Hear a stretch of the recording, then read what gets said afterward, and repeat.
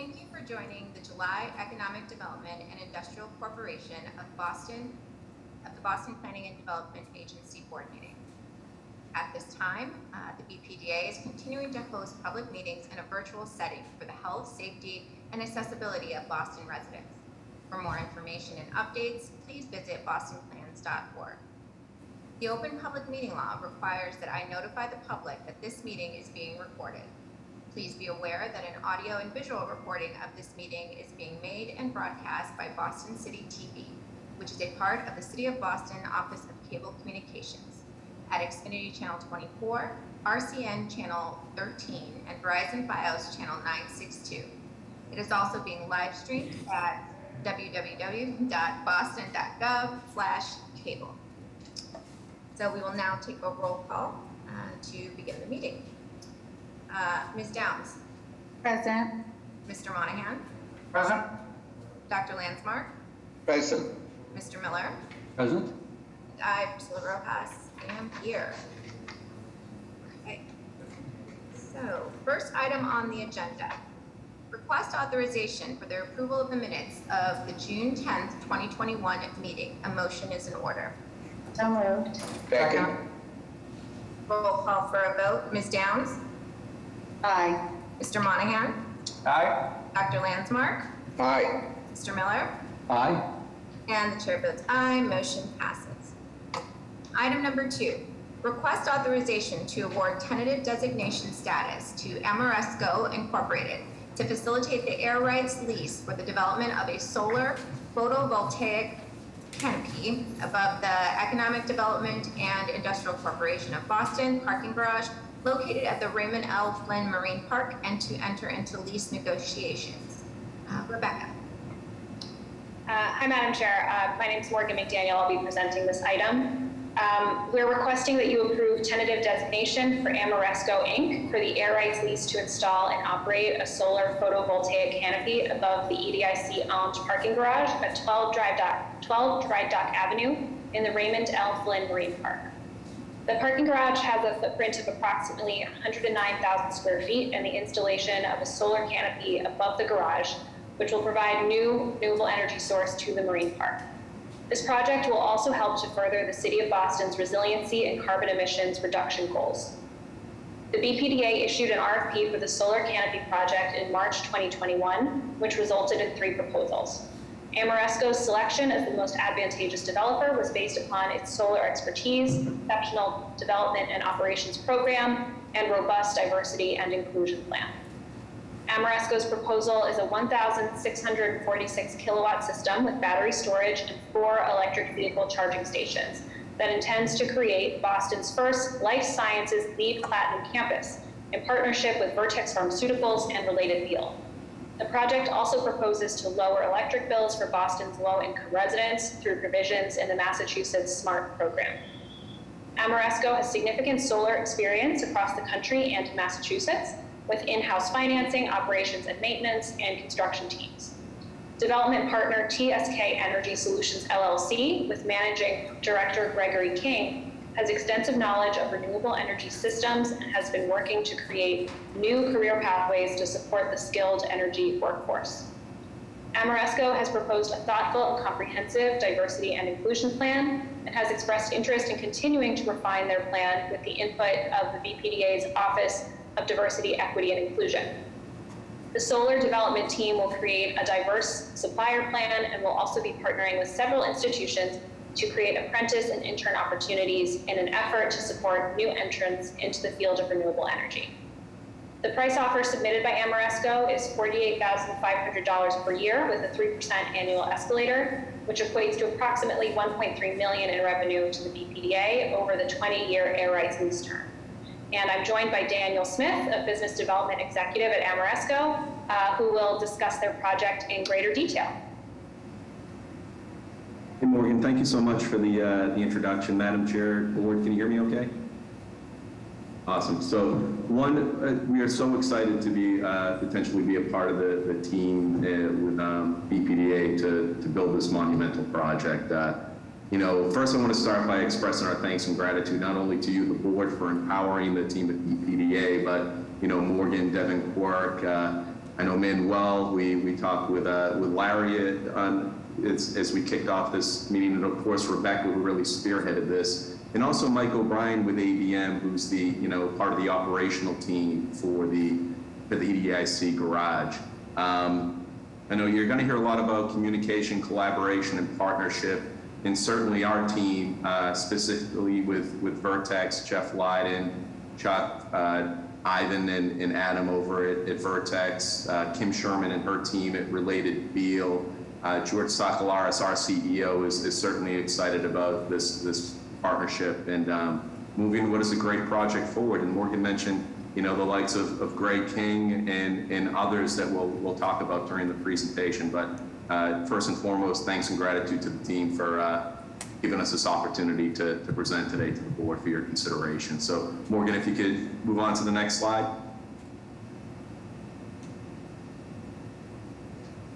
So I'll just start by a little bit about Ameresco. We're 21 years young. We're headquartered in Framingham, Massachusetts, just a couple miles down the pike. We started 21 years ago with 3 individuals. We built a bench of about 1,100 employees across the country and in parts of the globe. We've worked closely with federal, state, municipal government, public housing, higher ed, healthcare, commercial and industrial customers, really spearheading energy efficiency projects and distributed generation projects, renewable natural gas, and a whole host of other energy attributes. Next slide, please. So Ameresco as a whole, we've got a pretty diverse portfolio of asset projects that we've completed over 21 years. We're just under 600 projects completed for PV, plus a number of about 24 megawatts of storage nationally. A lot of those projects are completed here in Massachusetts on landfills and on the roofs of parking garages, like you saw on the first image of the cover page. That's a project that we completed over in Somerville. It's a 1.2 megawatt project with Partners Healthcare, not too far away. Take a lot of pride in a lot of these items, but especially that bottom bullet point. 100% of our contracted solar projects have been built and completed. We have no interest in not keeping that 100% hit rate, and we certainly see a great opportunity with the EDIC garage. Next slide, Morgan, please. So a little bit about the design intent of the project. We put a considerable amount of time into looking at a number of different iterations, but first and foremost, the safety and ongoing operations of the EDIC garage is going to come before everything else. One of the critical path items that we do have to complete is a structural analysis. Weston and Sampson, from our responses you may have seen, has a ton of experience specifically at the EDIC garage, and we'll be leaning on their expertise and, pending the board's approval to get to work, we'll be releasing Weston and Sampson to look at this project, the structural integrity, and ensuring that, all the critical paths around that piece are identified and worked through and with. So the PV system's gonna conform with best practices. We're looking to maximize the renewable generation on the roof, which, as Morgan had mentioned, it's about 1.6 megawatts. And then around collaboration and communication, we're gonna work with the BPDA team and other stakeholders to ensure that the final design that we all propose between, public input and public processes are, all strategically aligned and everybody's on the same page. Next slide, please. And please feel free to interrupt with any questions, comments, concerns as we go. We've got a rendering here of the project itself, viewed from Dry Dock Ave. Obviously the utilities Eversource. The carbon reduction impact for what we have for the project comes off the EPA's equivalency calculator. So we're looking at taking about 300 cars off the road and the carbon sequestered by about 1,750 acres of forest per year. But we've got a number of different renderings that we've included in our proposal, and certainly we'll share those with with the board as a follow-up if you don't have them already, but that's the system snapshot. Morgan, if you could go to the next. So this is where it for us certainly, and I hope the team, the excitement around this project is more about renewables. It's more than just renewables. The partnership with Vertex and Related Deal is certainly going to help them meet some pretty significant milestones by having the first LEED platinum campus, life science campus in the city, and that's with Vertex serving as our project's off-taker. That's really exciting for Vertex. I know that there's a few folks from Vertex watching now, and I won't do it justice, but in terms of just being able to have that highlight with the partners of Related Deal and being able to share that message with the city and the Commonwealth and beyond is something that Related and Vertex are certainly very excited about. I know the team here at Amoresco is, and I don't want to speak for Morgan and the BPDA team, but I think they share that enthusiasm and excitement as well. Being able to support the city's ambitious but very achievable climate neutrality goals. This is a big project in hardening the Raymond Flynn Marine Park infrastructure, which we know Manuel and others have been working so hard on the BPDA side. This is a great step forward in that as well. Morgan had mentioned Greg King, and we've had a lot of talk about with the collaboration and the partnerships and the different teams that are going to make up this project. But being able to build this with a highly skilled, highly educated, and diverse Boston-based workforce is very, very important to us at Amoresco, at Vertex and Related, and we obviously know with BPDA as well. So Amoresco is serving as the developer. We're going to finance the project in its totality. We're going to own the asset on our own balance sheet, and we're going to own it for the 20 years the 20 plus years that we'll have this system on the garage. I'll take a quick pause if there are any particular questions that come to mind, or we'll just continue on. Yeah, continue on. The way we typically do it is you make the presentation, and then I'll open it to the board for questioning. Thanks, Patricia. We'll do. So, you see, TSK. So, Morgan had mentioned Greg is a subject matter expert when it comes to energy systems, renewable energy, but he's also just passionate around his work with Roxbury Community College and in the city in general. So having him play a critical role in helping us enhance and strengthen our diversity and inclusion plan, we're proud to be working with Greg. We've known him for a long time, and we'll look forward to continuing it.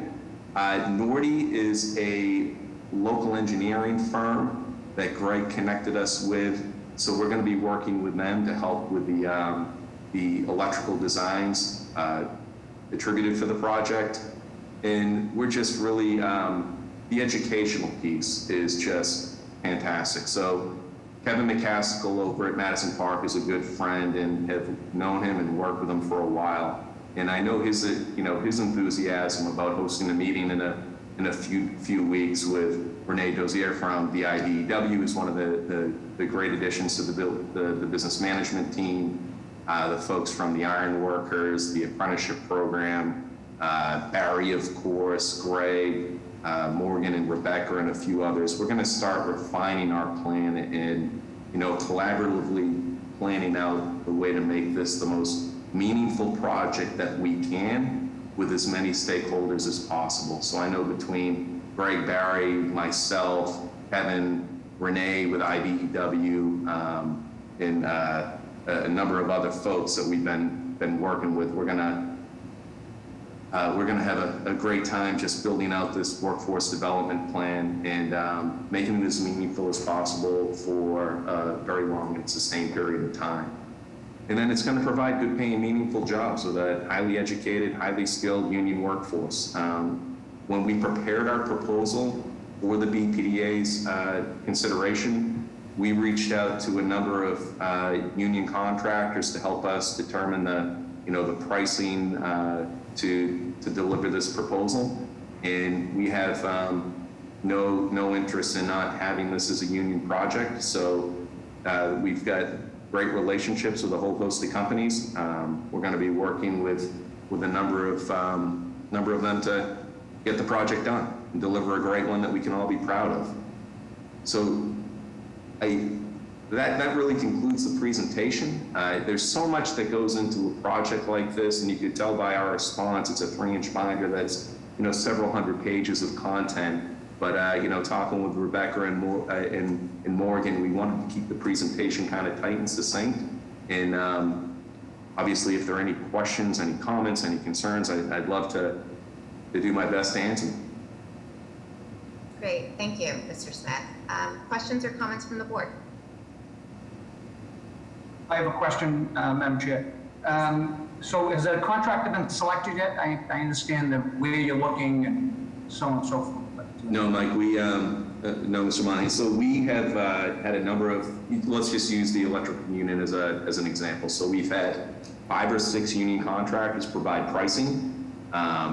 It was a very fair, process, but we have not committed to any particular contractors. So our conversations around, with Renee at IBEW about diversity and inclusion and some of the contractors that we may not be aware of, that we have not worked with yet, our plan is to make sure that we present those opportunities and hopefully find a way to work with them. Okay. And the second question is really, it's an industry question.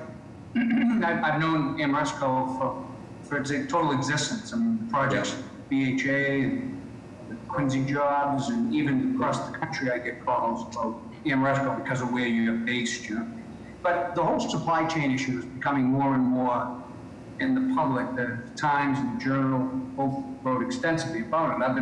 I've been aware of it, but it seems to be coming to light on the solar panels in the province of China, where they're coming from, and slave labor and camps and re-education camps for Muslims, so on and so forth. So do you know where these panels are coming from?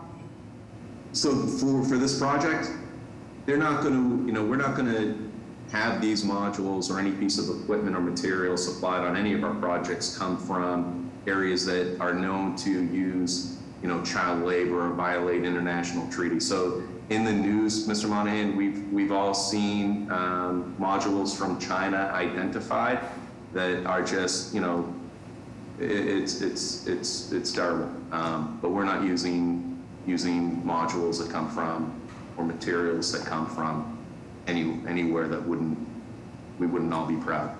Great, thank you, Dan. Yep, thank you. Okay. Additional questions or comments from the board? Okay, I have a few. The first is just given the location and the proximity to the water, just curious on, what type of mitigations have been put in place to ensure this is a successful and sustainable investment? Yeah, so as a part of the procurement, you had mentioned the DEP coastal requirements. So I did reach out to DEP. I've had a number of conversations with DEP specifically about both the footprint of the PV on top of the garage, as well as the infrastructure equipment like the transformers and the battery storage that we're proposing. What we've been advised, and it obviously needs to be, formally submitted and approved, is there would be some administrative process, but they didn't anticipate it was going to be a significant lift from DEP side. So that was provided as a part of our response, and that we can re-forward you the information just so you can see it with your own eyes if you haven't already. But we'll take all the local provisions, all the local processes, state processes to ensure that we're meeting all the guidelines, all the milestones, all the regulatory requirements to have a successful project. Great, thank you. Thanks.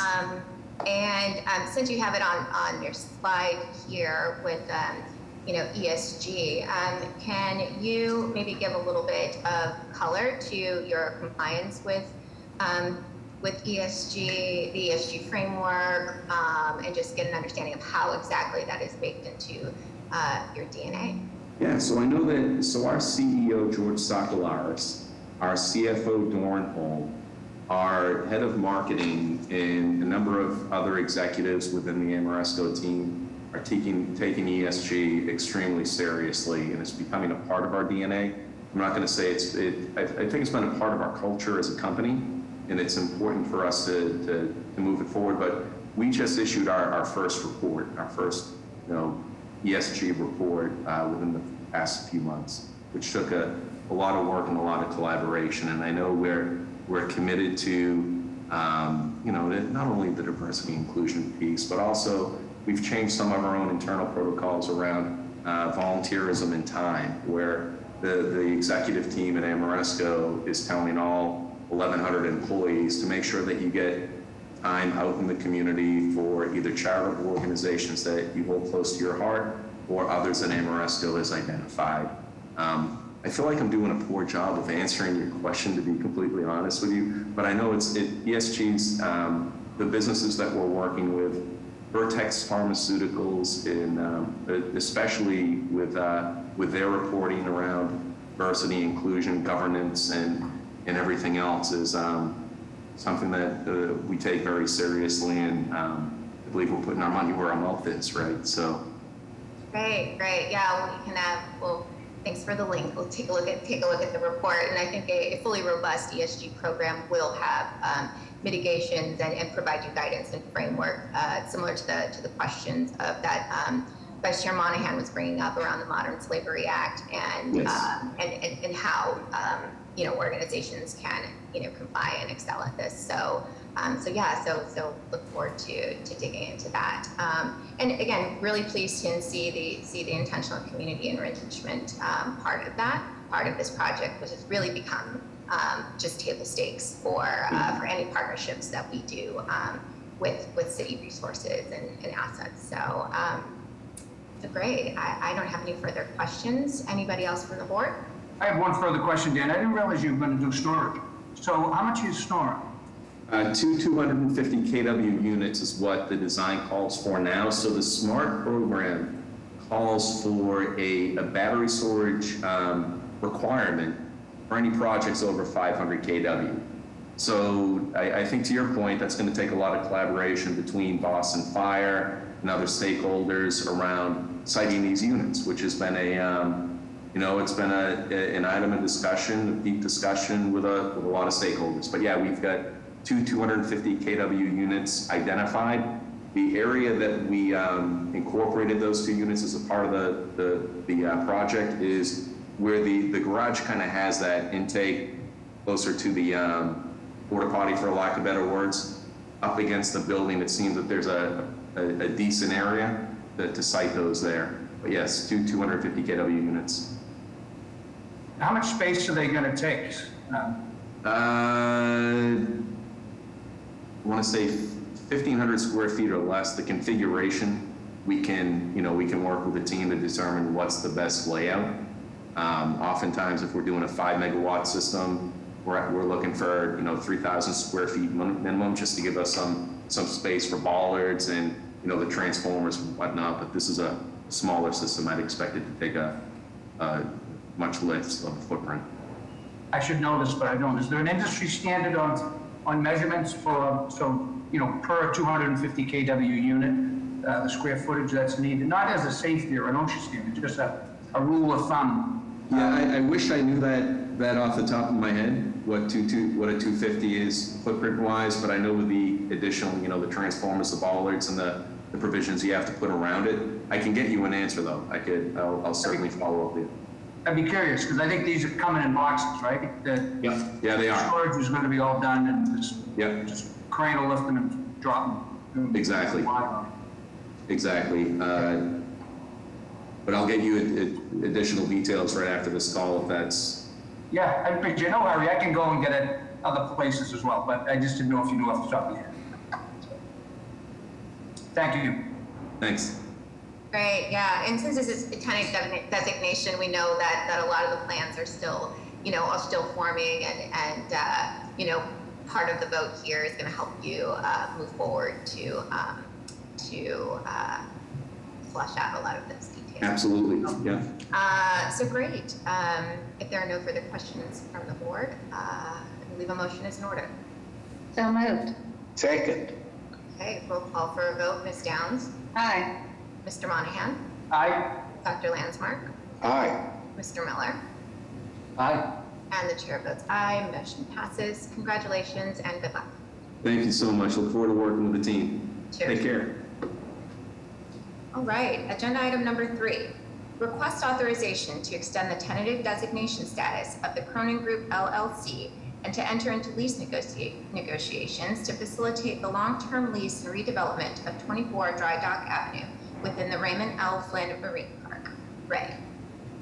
Thank you, Madam Chair, Director Golden, Madam Secretary, and members of the board. As you recall, on January 16, 2020, Cronin Group LLC received tentative designation status as redeveloper for BPDA-owned 24 Dry Dock Avenue in the Raymond L. Flynn Marine Park. This tentative designation was extended at the October 2020 board. 24 Dry Dock Avenue consists of approximately 32,000 square feet of land containing a 3-story, approximately 30,000 square feet plus basement building. This property is part of a larger BPDA lease with Boston Ship Repair as part of its active Dry Dock Number 3 complex in the Flynn Marine Park. Because Boston Ship Repair lacked the capital to redevelop the 24 Dry Dock building, they agreed to work jointly with BPDA to issue an RFP for the building in order to identify a redeveloper to leverage the economic potential of the building redevelopment to subsidize the office rent of Boston Ship Repair, thereby supporting the operations of the dry dock and retaining a blue-collar, marine-dependent industry in the RLFMP. Dry Dock Number 3 is the only major dry dock facility in New England capable of handling large vessels such as military cargo ships and cruise vessels. It is estimated that Boston Ship Repair accounts for 100 jobs within the leasehold area, as well as 500 indirect jobs. As you recall, Cronin's proposed development program for the 24 Dry Dock building, as submitted in their RFP proposal, is for an approximately $81.2 million, 123,000 square feet building with Boston Ship Repair's office and a marine commissary and lunch counter restaurant activating the first floor. The upper floors will accommodate general industrial tenants, including lab, research and development, and testing and engineering uses, per the Raymond L. Flynn Marine Park Master Plan update. As this project has progressed as a result of negotiations between New Spring Capital, the former owners of Boston Ship Repair, and Cronin, New Spring has now sold Boston Ship Repair to North Atlantic Ship Repair LLC, a business wholly owned by the Cronin Group LLC. Since receiving tentative designation, Cronin has been engaged in due diligence and site work, the completion of which has been impacted by the COVID-19 pandemic. The Article 80 review process began with a pre-file meeting on July 22, 2020, at which the BPDA Urban Design, Climate Resilience, and Transportation Planning teams gave preliminary review and feedback to the Cronin team. Feedback continued via the scoping session and the Impact Advisory Group meeting, which both occurred on April 5th, 2021, as well as a public meeting on April 27th, 2021. Cronin's design and engineering teams are continuing to revise aspects of the project in response to feedback received at those sessions. In the coming months, the team will continue working to complete Article 80 large project review, site investigations, and other due diligence. In addition, Cronin will continue working with the leasing community to identify potential tenants for the building. Therefore, staff recommends that the Cronin Group LLC be given an additional 9 months extension to their tentative designation. I'm happy to answer any questions. Thank you, Ray. Do we have any questions from the board? Okay, hearing and seeing none, a motion is in order. So moved. Second. Roll call for a vote. Ms. Downs? Aye. Mr. Monahan? Aye. Dr. Landsmark? Aye. Mr. Miller? Aye. And the chair votes aye, motion passes. Thank you. Thank you. All right, item number 4, request authorization to enter into a 3-year contract with Carasoft Incorporated for Box Cloud Content Management Software in an amount not to exceed $175,572. Michael. Good afternoon, Madam Chair. I don't have any additional comments, but I'm more than happy to answer any questions you or the other board members might have. Okay, thank you. Yes, the memo was thorough. So any questions from the board?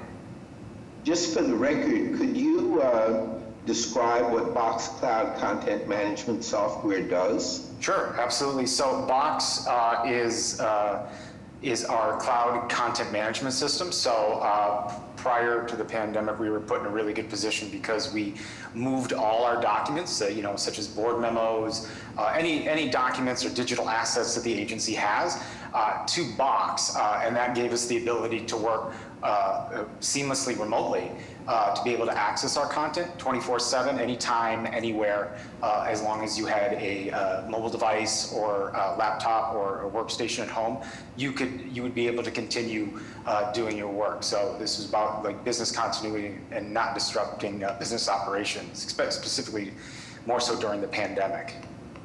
Thank you. You're very welcome. Yeah, that's how I did my board prep today. All right, so there are no further questions. A motion is in order. So moved. Second. Okay, roll call for a vote. Ms. Downs? Aye. Mr. Monahan? Aye. Dr. Landsmark? Aye. Mr. Miller? Aye. And the chair votes aye. Motion passes. Okay. Item number 5. Request authorization to enter into a contract with CDW LLC for Adobe software licenses in an amount not to exceed $59,825. Michael.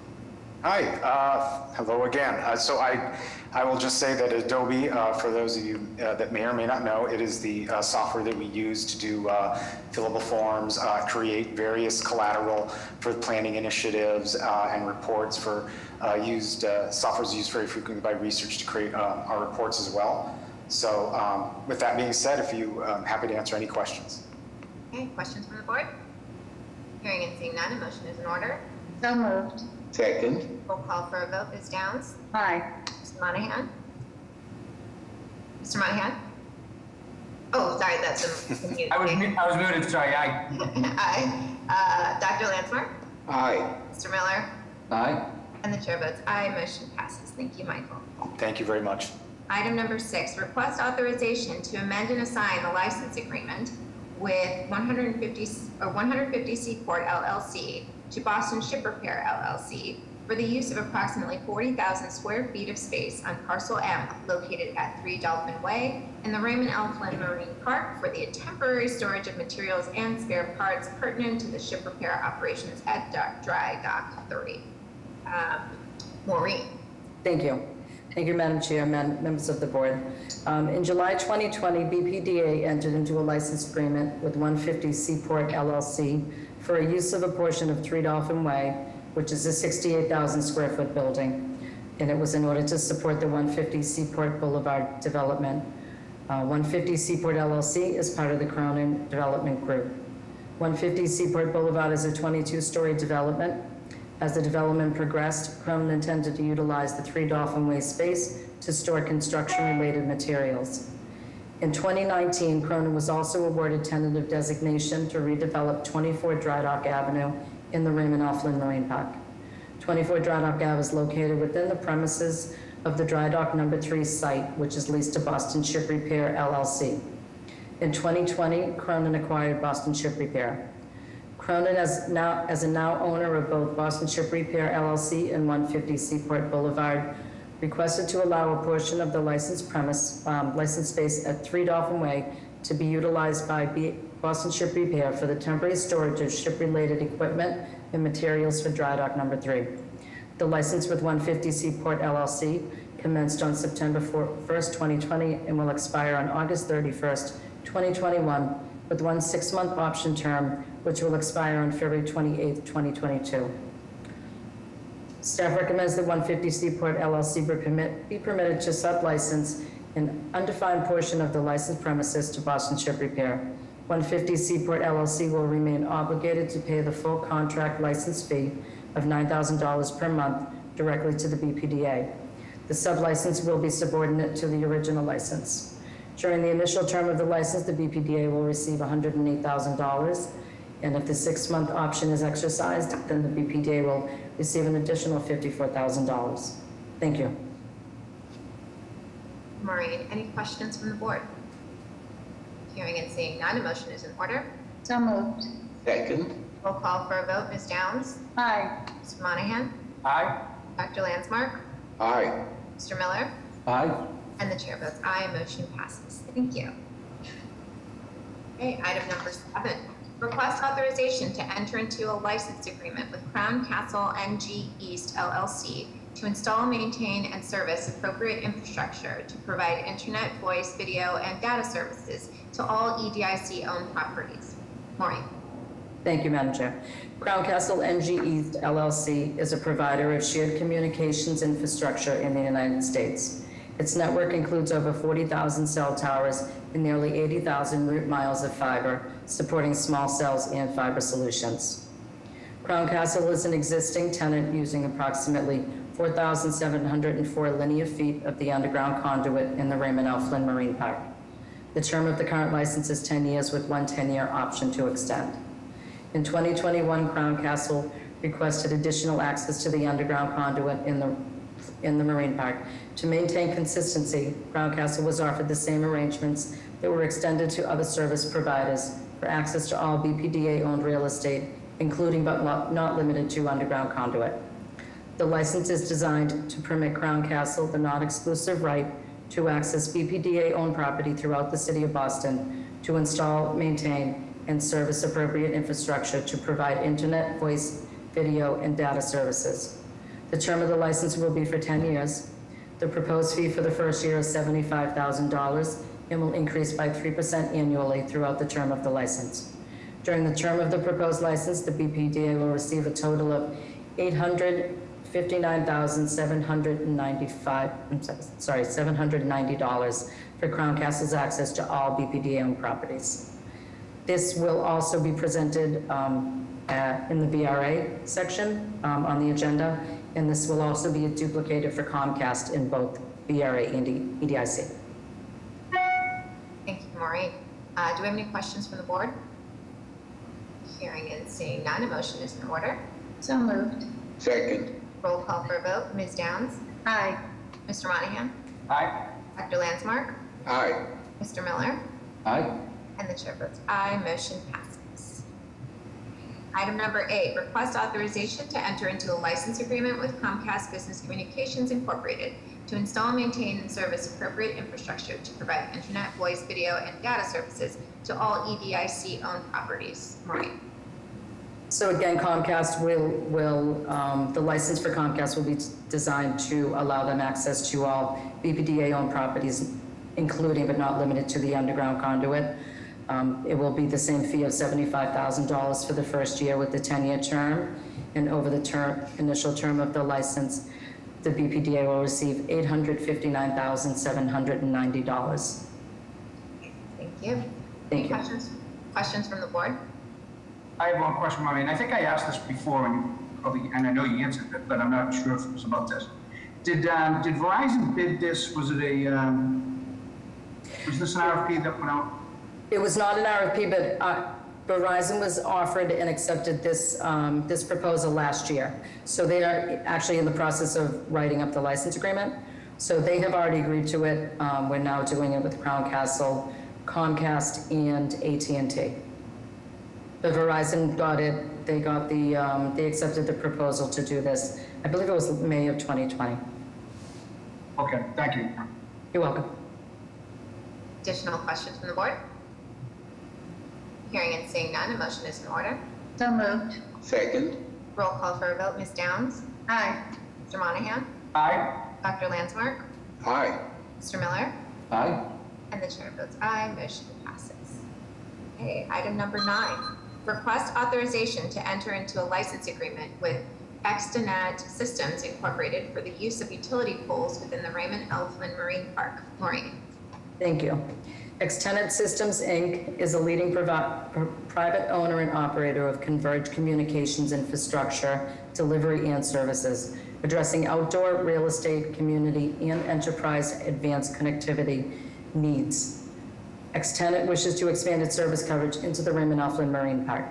The BPDA has negotiated with Extenet to allow the attachment of up to 6 small cell wireless facilities, which will be placed on select poles in the Raymond L. Flynn Marine Park.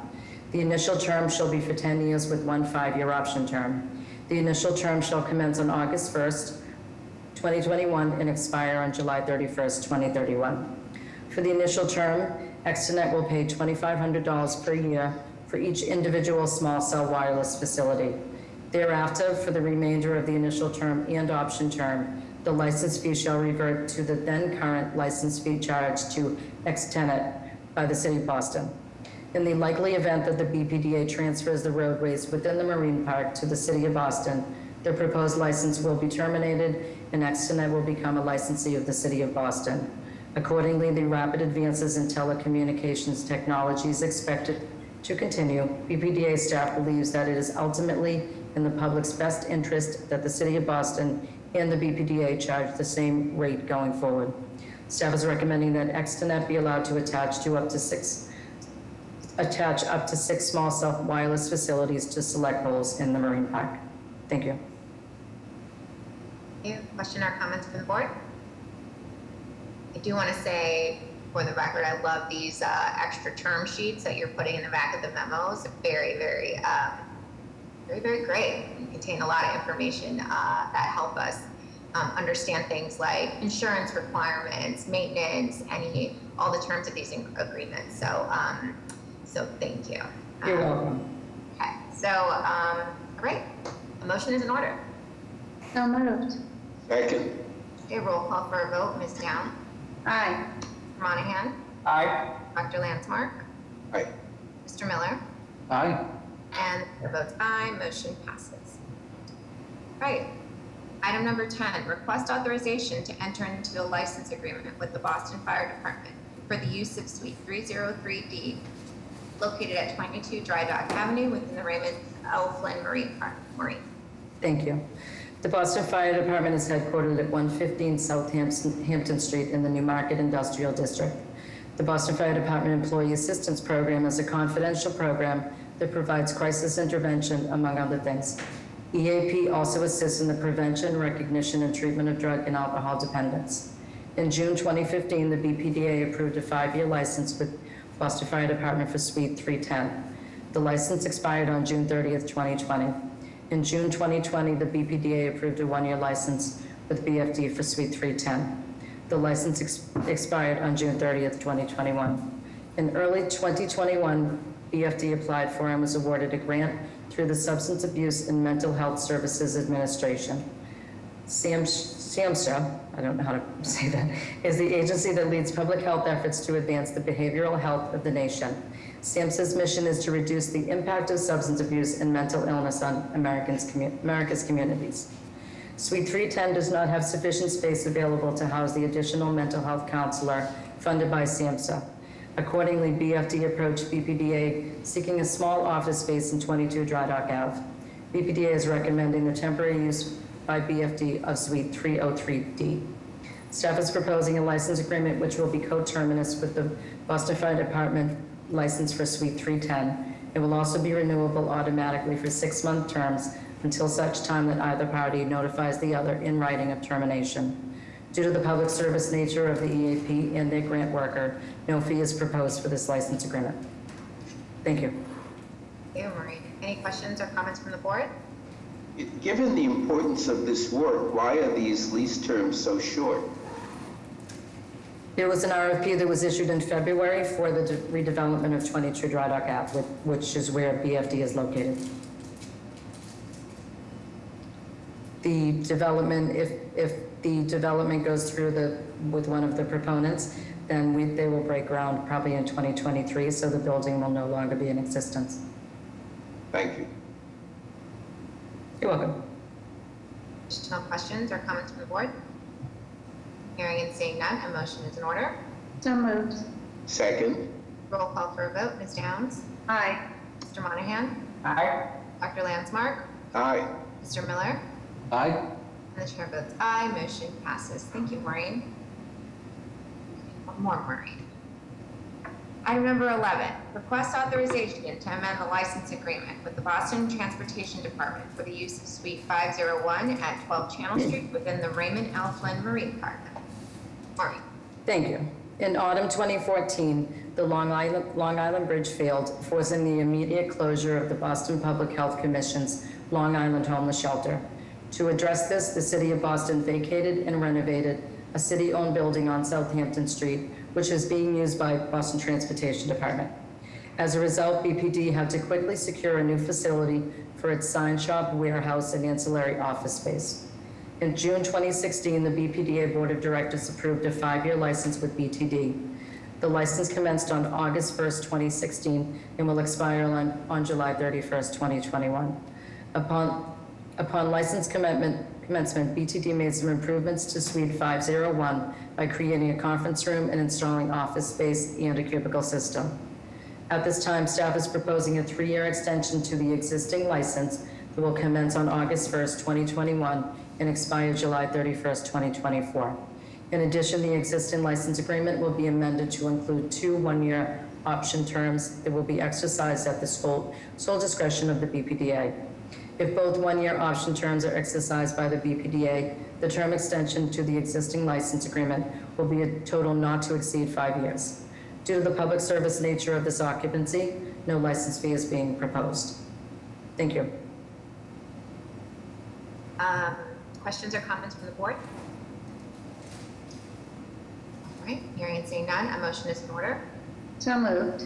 Second. Roll call for a vote. Ms. Downs? Aye. Mr. Monahan? Mr. Monahan? You might be on mute. Right, I'm doing it again. I'm trying to mute. Aye, sorry. No worries. Dr. Landsmark? Aye. Mr. Miller? Aye. And the chair votes aye. Motion passes. Thank you, Maureen. Thank you. All right, item number 12, personnel. David? Yes, thank you, Madam Chair, members of the board, Director Golden, Madam Secretary. There are several EDIC items I have with the details listed in your board memos. There are 10 appointments.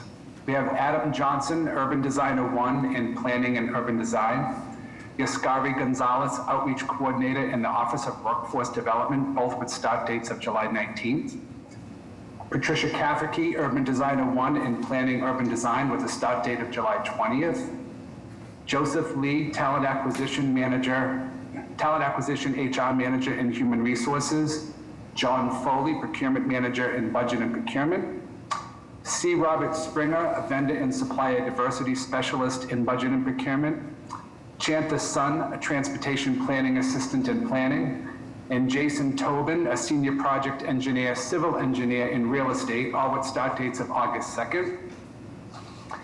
Amber Gelko, a Senior Resilience Design Reviewer in Planning with a start date of August 9th. And Janet Putz, a Contract Administrator in Budget and Procurement with a start date of August 16th.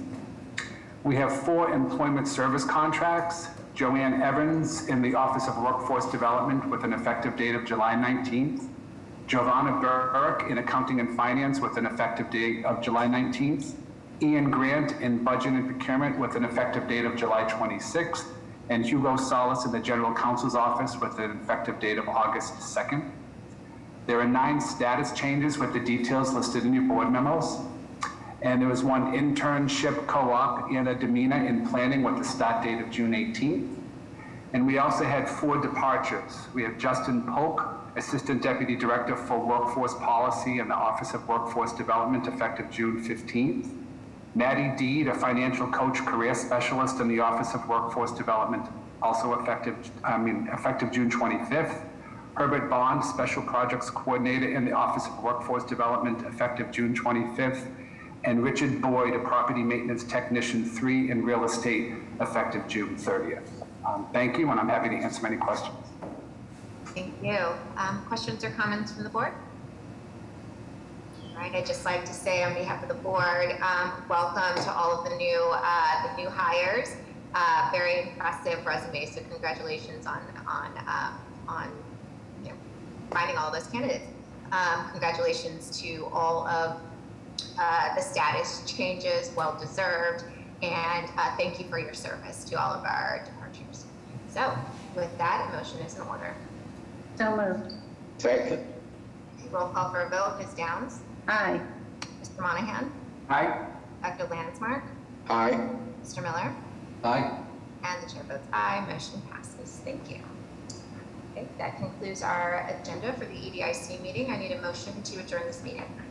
I move we adjourn the EDIC meeting. I second that motion. Okay, roll call for a vote. Ms. Downs? Aye. Mr. Monahan? Aye. Dr. Landsmark, Aye.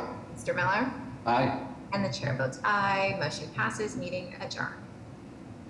Okay, we're moving on to the BPDA meeting. Thank you for joining the July Boston Redevelopment Authority Board meeting.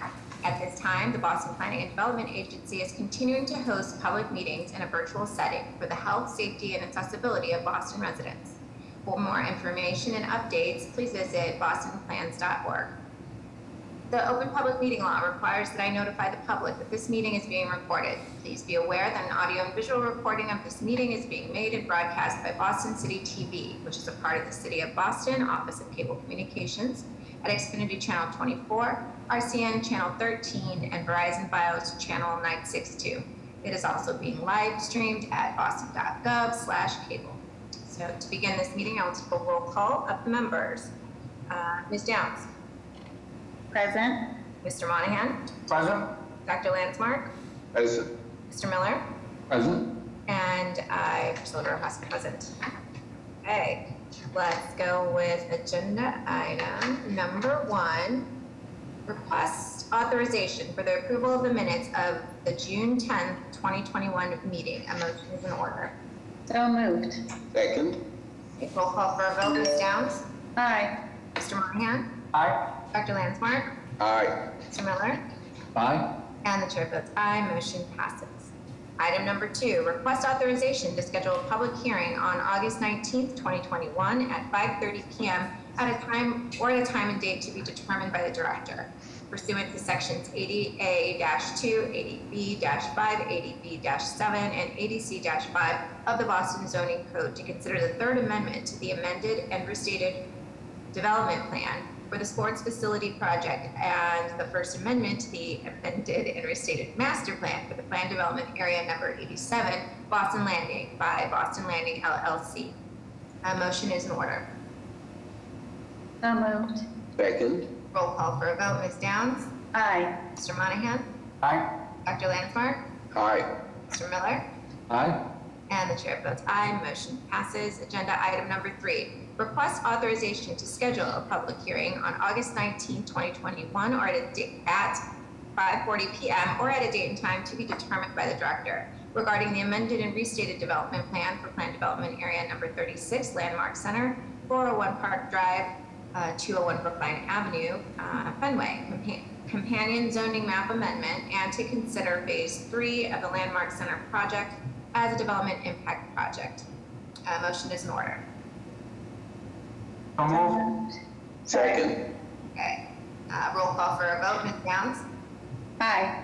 Mr. Monahan, Aye. Dr. Landsmark, Aye. Mr. Miller, Aye. and the chair votes aye. Motion passes. And finally, request authorization to a public hearing on August 19th, 2021 at 5:50 p.m. or at a date and time to be determined by the director to consider the Arnold Arboretum of Harvard University Institutional Master Plan renewal. A motion is in order. So moved. Second. Roll call for a vote. Ms. Downs, Aye. Mr. Monahan, Aye. Dr. Landsmark, Aye. Mr. Miller, Aye. and the chair votes aye. Motion passes. Item number 5, Board of Appeal. Jeff. Thank you, Madam Chair, members of the board. Before you today are 84 petitions that have been prepared by planning and zoning staff and transmittal to the Board of Appeal. This will cover their 2 meetings in July and their first 2 meetings in August. I'd be happy to answer any questions that you may have. Okay, any questions or comments from the board? Okay, hearing and seeing none, motion is in order. So moved. Second. Roll call for a vote. Ms. Downs, Aye. Mr. Monahan, Aye. Dr. Landsmark, Aye. Mr. Miller, Aye. and the chair votes aye. Motion passes. Item number 6, request authorization to advertise and issue a request for proposals for the sale of 13,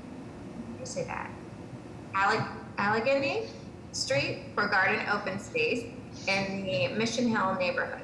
Morgan. Thank you, Madam Chair.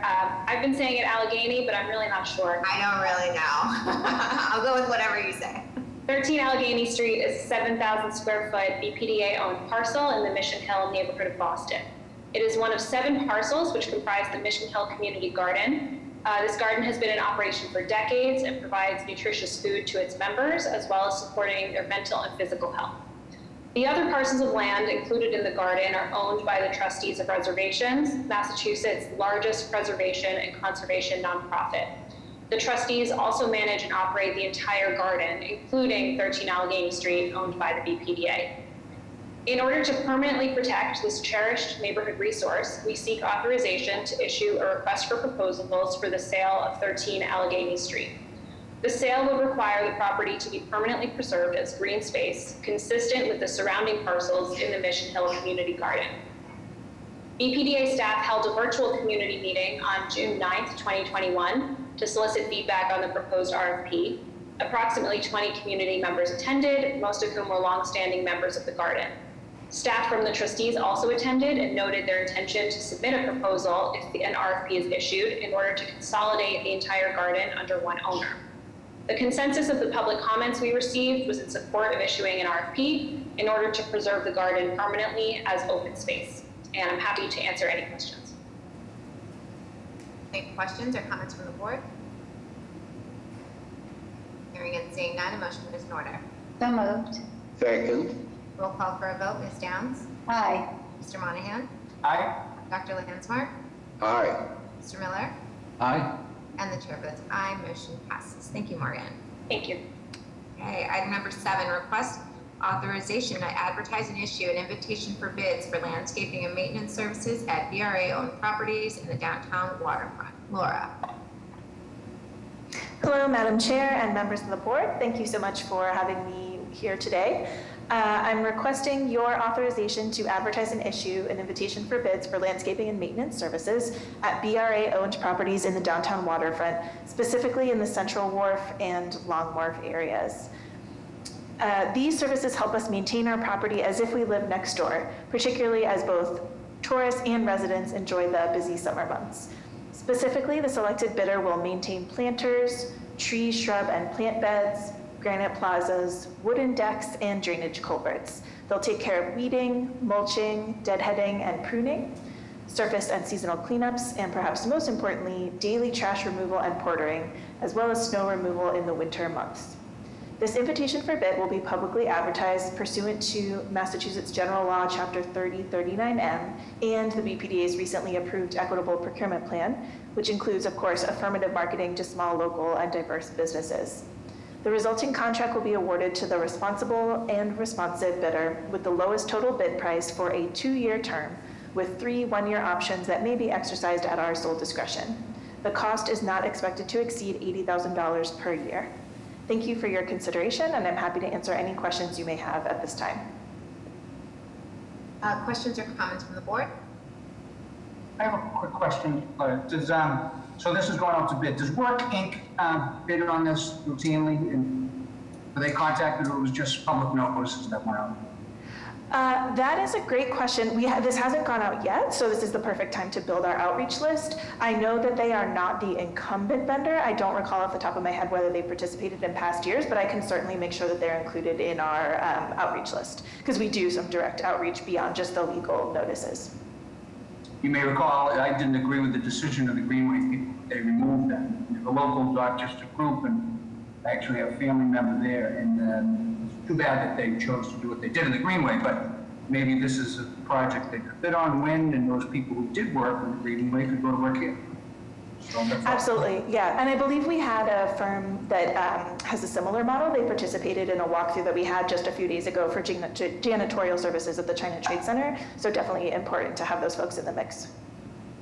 Okay, thanks. Additional questions or comments? All right, hearing and seeing none, a motion is in order. So moved. Second. Roll call for a vote. Ms. Downs? Aye. Mr. Monahan? Aye. Dr. Landsmark? Aye. Mr. Miller? Aye. And the chair votes aye. Motion passes. Item number 8, request authorization to execute a construction contract with One Way Development Incorporated for the purposes of fire damage repairs at China Trade Building located at 2 Boylston Street in Chinatown in an amount not to exceed $59,048.27, and to execute any necessary change orders in an amount not to exceed 10% of the total contract. Laura. Thank you once again, Madam Chair. I am here before you to request your authorization to execute a construction contract with One Way Development Incorporated. As Madam Chair mentioned, the scope of this contract is to repair fire damage at the China Trade Center, specifically damage to a small part of the building that was caused by an arson fire set on the evening of January 24th. These repairs will maintain our significant investment in this historic and virtually fully occupied building. After the BPDA's Administration and Finance Department filed an insurance claim and received a settlement amount, we advertised and issued a solicitation for quotes for this opportunity on April 28th. One Way Development was the lowest responsible and eligible bidder who responded by the May 26th deadline. They are based in Boston and are certified by both the city and the state as a minority-owned business enterprise. They also have previous experience at the China Trade Building, so we're very excited to work with them. The contract amount will not exceed $59,048.27, with additional authorization for change orders not to exceed 10% of the contract as deemed necessary by the director. The anticipated project completion is towards the end of October of 2021. At the board's request, if necessary, I'm happy to speak in more detail about the circumstances or the procurement process. Thank you once again for your consideration, and I'm happy to answer any questions you have at this time.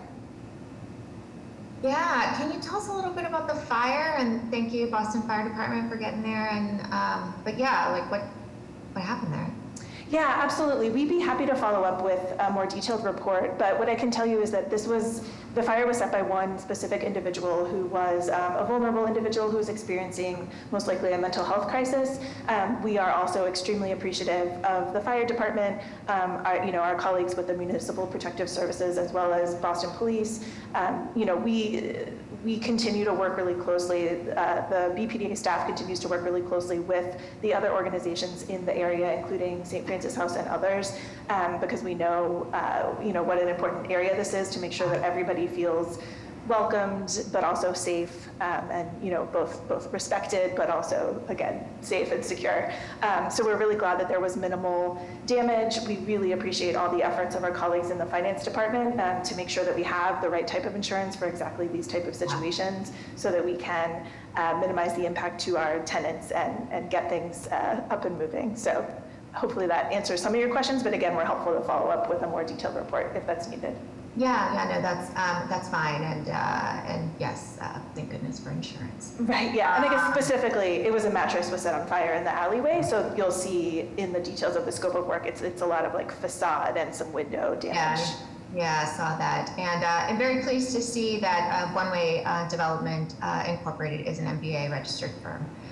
So great to see our new policies and outreach programs working there.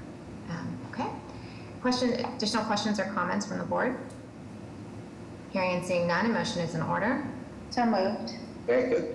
Okay, roll call for a vote. Ms. Downs? Aye. Mr. Monahan? Aye. Dr. Landsmark? Aye. Mr. Miller? Aye. And the chair votes aye. Motion passes. Thank you, Laura. Okay, item number 9, request authorization to enter into a license agreement with Comcast Business Communications Incorporated for access to all BRA-owned properties throughout the city of Boston to install, maintain, and service appropriate infrastructure to provide internet, voice, video, and data services. Maureen. Thank you, Madam Chair. Comcast is one of the nation's leading providers of communications, entertainment, cable products, and services, and employs over 100,000 employees nationwide. Comcast, this is a similar proposal that we had on the EDIC agenda to allow a 10-year license agreement for the initial year. The Comcast shall pay $75,000. The fee will increase annually. This is for access to all BPDA-owned real estate, including but not limited to underground conduit. Over the term of the license, BPDA will receive $859,790. Thank you. Thank you. Questions or comments from the board? Hearing and seeing none, a motion is in order. So moved. Second. Roll call for a vote. Ms. Downs? Aye. Mr. Monahan? Aye. Dr. Landsmark? Aye. Mr. Miller? Aye. And the chair votes aye. Motion passes. Item number 10, request authorization to enter into a license agreement with Crown Castle NG East LLC for access to all BRA-owned properties throughout the city of Boston to install, maintain, and service appropriate infrastructure to provide internet, voice, video, and data services. Maureen. Thank you. And Crown Castle will have the same agreement as Comcast, Verizon, and AT&T. So it's all the same. Yes. The presentation is fresh. Okay, Thank so you. any questions or comments from the board? Hearing and seeing none, a motion is in order. So moved. Second. Okay, roll call for a vote. Ms. Downs? Aye. Mr. Monahan? Aye. Dr. Landsmark? Aye. Mr. Miller? Aye. And the chair votes aye, motion passes. Thank you, Maureen. Thank you. All right, item number 11, request authorization to enter into a license agreement with Groovy Baby Music Incorporated for the temporary use of a portion of the Shipyard Park in the Charlestown Navy Yard. Lauren. Madam Chairman, members of the board, the BPDA is committed to activating Shipyard Park in the Charlestown Navy Yard with a variety of programming that provides public accessible community forward activation. Groovy Baby Music, Inc. has requested use of a portion of Shipyard Park for community music classes for children and their caretakers. The classes are open to everyone regardless of ability to pay. However, they ask for registration to control the number of people joining each class. The program is proposed to be held once a week on Tuesday mornings for 6 weeks for 45 minutes each class. The license proposes on terms consistent with the BPDA short-term activation licenses, requiring the acquisition of all required permitting and insurance indemnifying the BPDA. I'm happy to answer any questions. Any questions or comments from the board? Oh, hearing and seeing none, a motion is in order. So moved. Second. Roll call for a vote. Ms. Downs? Aye. Mr. Monahan? Aye. Dr. Landsmark? Aye. Mr. Miller? Aye. And the chair votes aye, motion passes. Thank you, have fun. Okay, item number 12, request authorization to enter into a license agreement with the Navy Yard Garden Association for an interactive public art exhibit called Night Skies in the Charlestown Navy Yard. Lauren. The Navy Yard Garden Association is a nonprofit organization focused on activating portions of the Charlestown Navy Yard during the summer months and assisting the BPDA in beautification efforts at Shipyard Park. Recent activations include big dog sculptures and the Wind on Water sculptures, both drawing praise from community and visitors to the Navy Yard. Through private donations and with a grant from the John Ingersoll Brown Fund, the NYGA has been able to purchase a mesh light art exhibit referred to as Night Skies.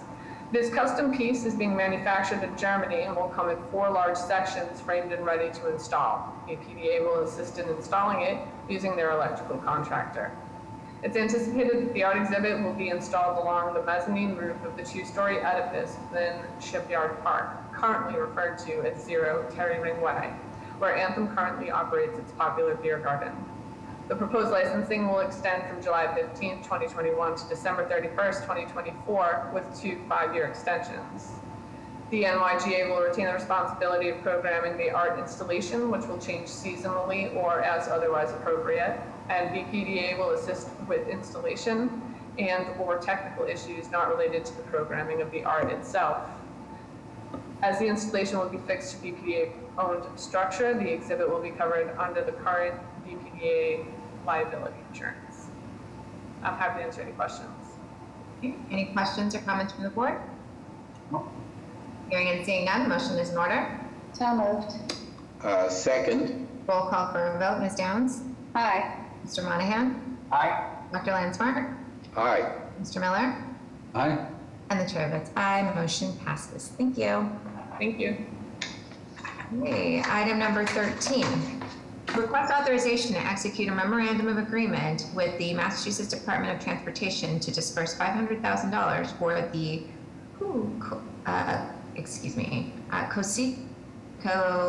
Kosciuszko Circle, William T. Morrissey Boulevard Corridor Study, TAD. Good afternoon, Madam Chair and members of the board. As you can imagine, the tongue twister, Kosciuszko Circle and Morrissey Boulevard are Kosciuszko Circle are significant roadways for Dorchester, carrying large volumes of traffic and experiencing increasing congestion. With major planning and development proposals maturing along the corridor, for instance, the Dorchester Bay City and Mary Ellen McCormick projects, demand on these roadways will increase significantly over the coming decades. At the same time, the city's plan for addressing the impacts of climate change, Climate Ready Boston, forecasts that certain sections of Morrissey Boulevard are vulnerable to flooding from sea level rise. It is therefore critical that the condition and design of these roadways be revisited in order to ensure that they're able to address future needs, withstand sea level rise, and support resilient, equitable development of the corridor. We're pleased that Mass DOT, together with the Executive Office of Energy and Environmental Affairs, the Department of Conservation and Recreation, the Boston Transportation Department, and the BPDA, have agreed to undertake a joint planning study for the corridor. The study area will extend from Preble Street on the north to Neponset Circle on the south, and will be generally bounded by Dorchester Bay on the east and Dorchester Avenue on the west. Expected to last between 12 and 18 months, the study will formally launch later this summer. All the major steps and stages of the planning process are outlined in the board memo, and the planning initiative will build on strategies outlined in Imagine Boston 2030, Climate Ready Boston, and Coastal Resilient Solutions for Dorchester, and Go Boston 2030. In terms of public participation, Mass DOT and DCR will lead the public process in close collaboration with the BPDA and BTD, and public engagement will involve inclusive and collaborative public meetings during each phase. Strategies are expected to include virtual and in-person gatherings, including meetings at various times of day, and going where people are, such as community events, tea stations, supermarkets, and the like. Language access and engagement of diverse users will be primary considerations throughout the planning process. The recommendation to the board this evening is the BPDA would contribute $500,000 for the project, for a project that's expected to cost $1 million to begin the planning effort, while Mass DOT will also contribute $500,000. This request will be funded by the BPDA operating budget.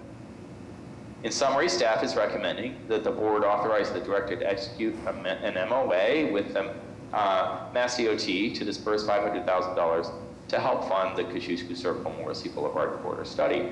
I'd be happy to answer any questions. Okay, thank you. Any questions or comments from the board? Who's actually going to... Go ahead, Ted, you start. Sorry. Who actually is going to do this work? Is it DOT, or are they bringing in yes, consultants? Great question.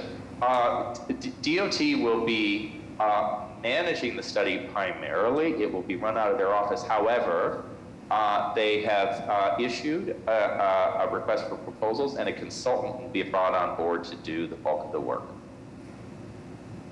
And the assumption is that that consultant will carry out all of this heavy community engagement. I mean, this is one of the most active transit spots in the city.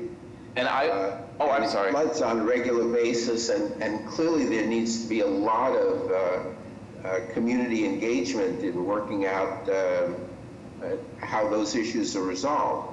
Absolutely, absolutely. And I think the best way to put it is the consultant, we will be working very closely with DCR, Department of Conservation and Recreation, and Mass DOT to lead the public process with a lot of help from the consultants. So we certainly would not be turning it over to the consultants to lead the process. They will be helping us lead the public process, and we'll be working arm in arm with Mass DOT and DCR to lead that process. Thank you. Mike? Of course. John, so the study is about the 5 or 6 times a year that it floods on high tides, right? Well, actually, it goes way beyond that. I mean, that's the flooding that's happening now, but of course, Climate Ready Boston looks out to 2070. And by 2070, there's a lot more flooding, potential flooding that's happening than that. So really, this is about, it's about reinforcing and fortifying the roadway against future sea level rise, as well as the problems we're already experiencing. So it's looking ahead to those issues and coming up with a design that will address those issues, for the next several decades. Okay, because I don't think there's any question on why it floods now. It's not water that's coming over a seawall, or water that's right. That's not the issue. It's the intake that comes up through the sewer grates there on the road. You can predict it. They know exactly when it's going to happen. That's right. Okay. So, I didn't think there was $1 million needed to study that. We already know where the water's coming from, how it's getting and all that stuff. Well, that's right. And then in addition to that, of course, there's the design of the roadway. We're interested in meeting our long-term carbon reduction goals for the city, and that includes mode shift. It includes shifting away from single occupancy vehicles and towards more sustainable modes, walking, biking, and transit. So part of this design will also be thinking about ways we can use the redesign of the corridor to shift to more sustainable modes. Thank you. Absolutely. Additional questions or comments? All right, you got your work cut out for you there. Thank you. Thank you for that close collaboration and commitment to an engaging process with the community there. So, there are no further questions. A motion is in order. So moved. Second. Okay, roll call for a vote. Ms. Downs? Aye. Mr. Monahan? Aye. Dr. Landsmark? Aye. Mr. Miller? Aye. And the chair votes aye. Motion passes. Thank you. All right, item number 14, request authorization to issue a certification of approval in accordance with the Article 80E Small Project Review of the Zoning Code for the construction of 28 residential rental units, including 3 IDP units, 5,072 square feet of ground floor commercial space, and 44 bicycle parking spaces located at 190 Dudley Street. To recommend approval to the Board of Appeal for zoning relief necessary and to take all related actions. Ebony. Good afternoon, Madam Chair, members of the board, Madam Secretary, and Director Golden. The proposed development before you is 190 Dudley Street in Roxbury. RENA Enterprise, Inc. proposes to construct an approximately 32,540 square foot development. The project will contain 28 residential rental units, 4 of which will be affordable, and 44 bicycle parking spaces. The proposed project will also contain ground floor retail, which is currently owned and occupied by the proponent. In addition to the proposed development, a contribution made out to the BPDA in the amount of $25,500 will be used towards sidewalk upgrades and enhancements to improve the pedestrian experience in the vicinity of the project site. The proponent will also contribute financially to the Blue Bikes program at a rate of $275 per residential unit and a rate of 37 cents per square foot of commercial space, totaling $9,576.44. The small project review application was submitted on April 6, 2021. One public meeting was held on May 4th, 2021, and the comment period ended on May 13th. At this time, I would like to turn it over to the development team to go over their presentation in more detail, after which we would be happy to take any questions that you may have. Thank you. Thank you, Ebony, and good afternoon, Madam Chair and members of the board. My name is Attorney Patrick Mahoney. I represent the developer, RENA Enterprises, which consists of Mohammed Assoud and Mohammed Ghani. They currently own and operate the retail store at 190 Dudley on the first floor, and the proposal of the 28 rental units will be to subsidize the increase and expansion of their store. With the proposal will be, and again, the demolition of the first floor, new construction of retail on the first floor, 28 units over 4 floors of construction above, adding 4 affordable housing units, as well as 44 bike storage units. And with that, I'd like to turn it over to the architect, Elpida from Horesco Associates. I see Elpida is in. I don't know if she has the video on. Good afternoon, everyone.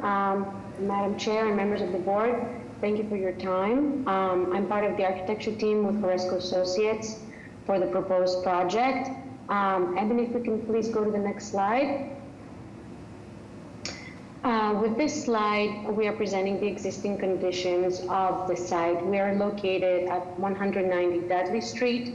Adjacent to us, to our left, is Hibernian Hall and the existing site is occupied by a one-story building with the current use of a retail market space. Maybe please go to the next slide. The second slide is showing the existing conditions of the site with the two pictures on the left showing the rear side of the property with the one-story existing building. Adjacent to the right side of the property, we have Madison Park, and we see some examples of the existing buildings along Dudley Street with Hibernian Hall and the fire station department right next to that. Can we go to the next slide, please? Thank you. This is our proposed site plan, which shows the volume of the proposed 5-story building. We are approximately 5 foot 1 inch from the left side of the property, parallel to Hibernian Hall, and 5 foot 1 inch to the right side of the property, adjacent to the existing park. The building will have the main residential lobby facade, the main residential lobby accessible from Dudley Street on the right side, and the retail market, which will occupy the first floor, will be also accessed from Dudley Street.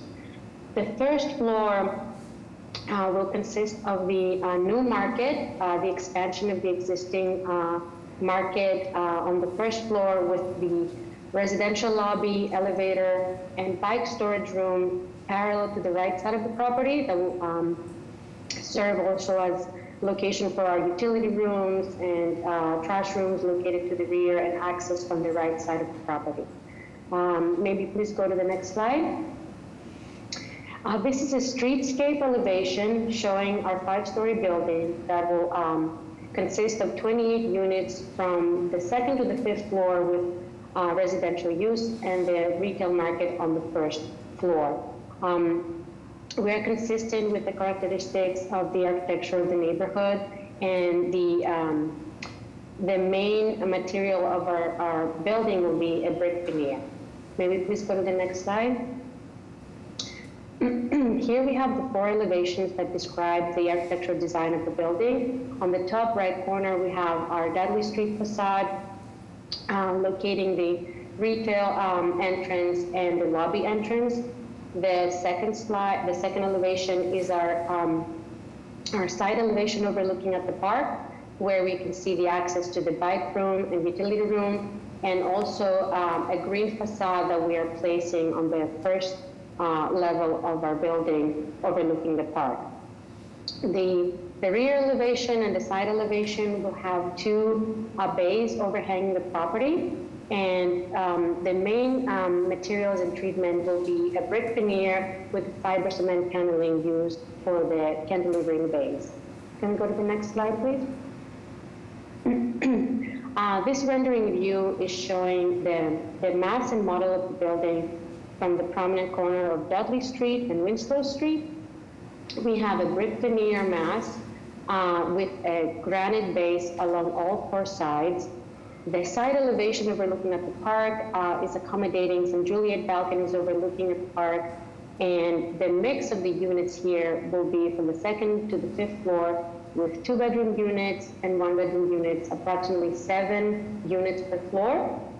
The sizes of the 1-bedroom units vary from 625 square feet, I believe, to 700 square feet, and the 2-bedroom units are varying from 850 square feet to approximately 870 square feet. We are also offering 4 affordable units, 2 of which will be designated as Group 2 units. Can we go to the next slide, please? With this slide, we're showing the model of the building and the treatment of the facade along Dudley Street that shows the access of the market space, the new market space, the residential lobby, and the side access to the bike storage area. We're also designating part of our property to the front of Dudley Street for 4 short-term bike spaces to accommodate the requirements as needed. And with the next slide, I believe we are concluding our presentation. Thank you for your time, and we're open to questions. Okay, thank you very much. Do we have any questions or comments from the board? I had one design question. It appears that you are pretty much maintaining the sidewalk width, but from the site plan, it also appears that it might have been possible to move the building back a little in order to increase the sidewalk width there. And I just wonder about that in relation to all of the outdoor uses, outdoor commercial uses that we've seen emerge in the city over the past year or so, as to why the sidewalk width is being maintained at what looks like the same width as Hibernian Hall's sidewalk width. To answer your question, I believe we're setting back the building 3 foot 2 inches from the property line, with the full width of the sidewalk being a minimum of 12'4" and 13 feet 10 inches. And I believe Patrick wanted to have a comment on this as well. Yep, thank you, Alpita. So, Dr. Landmark, that is a good question. And with the existing use, it's going to be maintained a convenience store. The initial proposal was the exact building line where it was before, and now with staff feedback, the building is stepped back an additional 3 feet.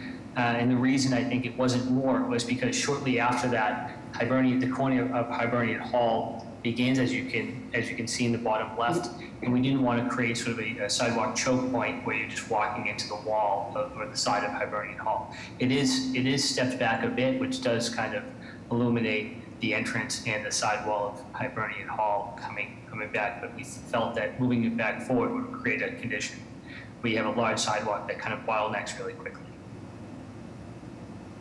Okay, thank you. I have one question. The design seems very spare. Are you finished with the design project, or are there going to be more design iterations of this? It seems very plain, I guess is what I'm saying, for the name.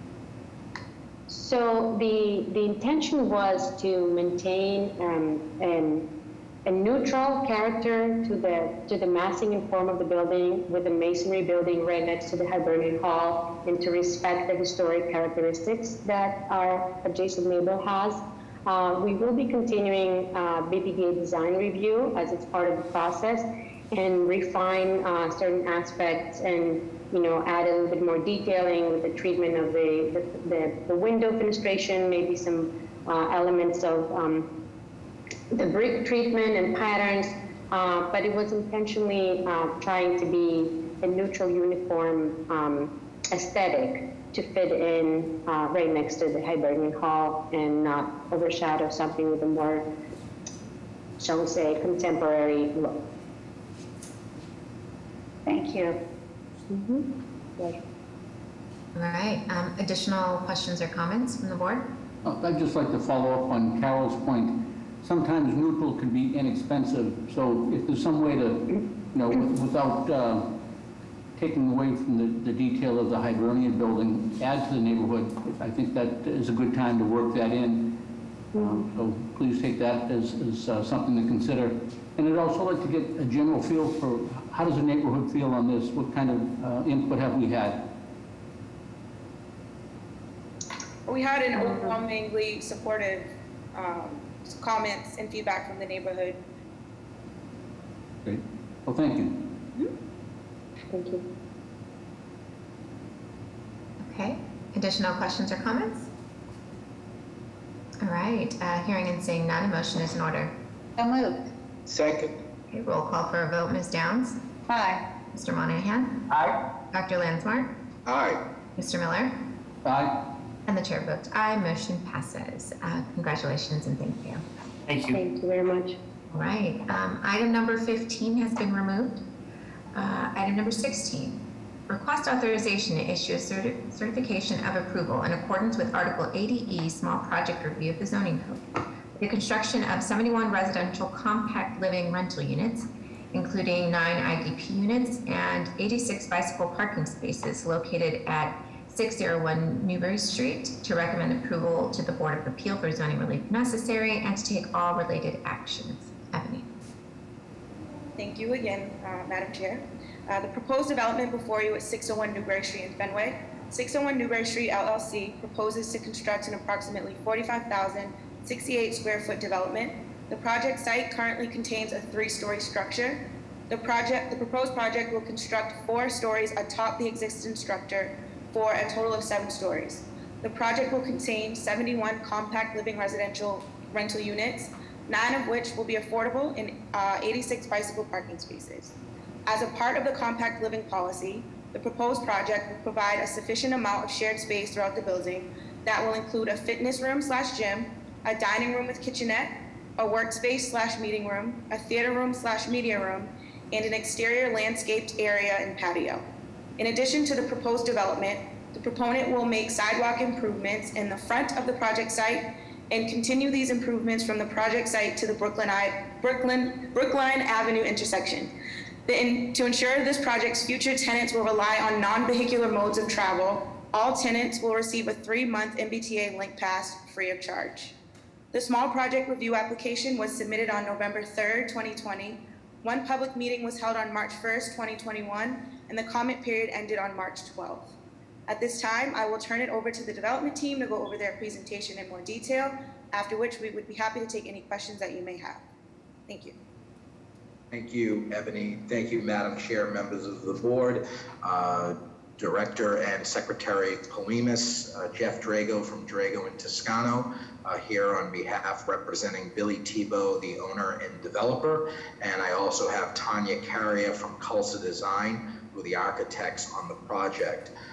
As was meant, if we could go to the next slide, please, sorry. This is a front rendering of the proposed development. As was mentioned, what we are proposing is to keep the existing structure. Just a little bit of history, this building had sat idle for a number of years vacant. It was going into disrepair. It was on the city's problem property task force before my client had purchased it. And the idea was to keep reinvigorating this section of Kenmore. There's the Hotel Commonwealth directly next to us on the right, hotels and condominiums around us, and it's very close proximity to Kenmore T Station for the Green Line. We are proposing that this would be to comply with the compact living policy of the city. If we could go to the next slide, please.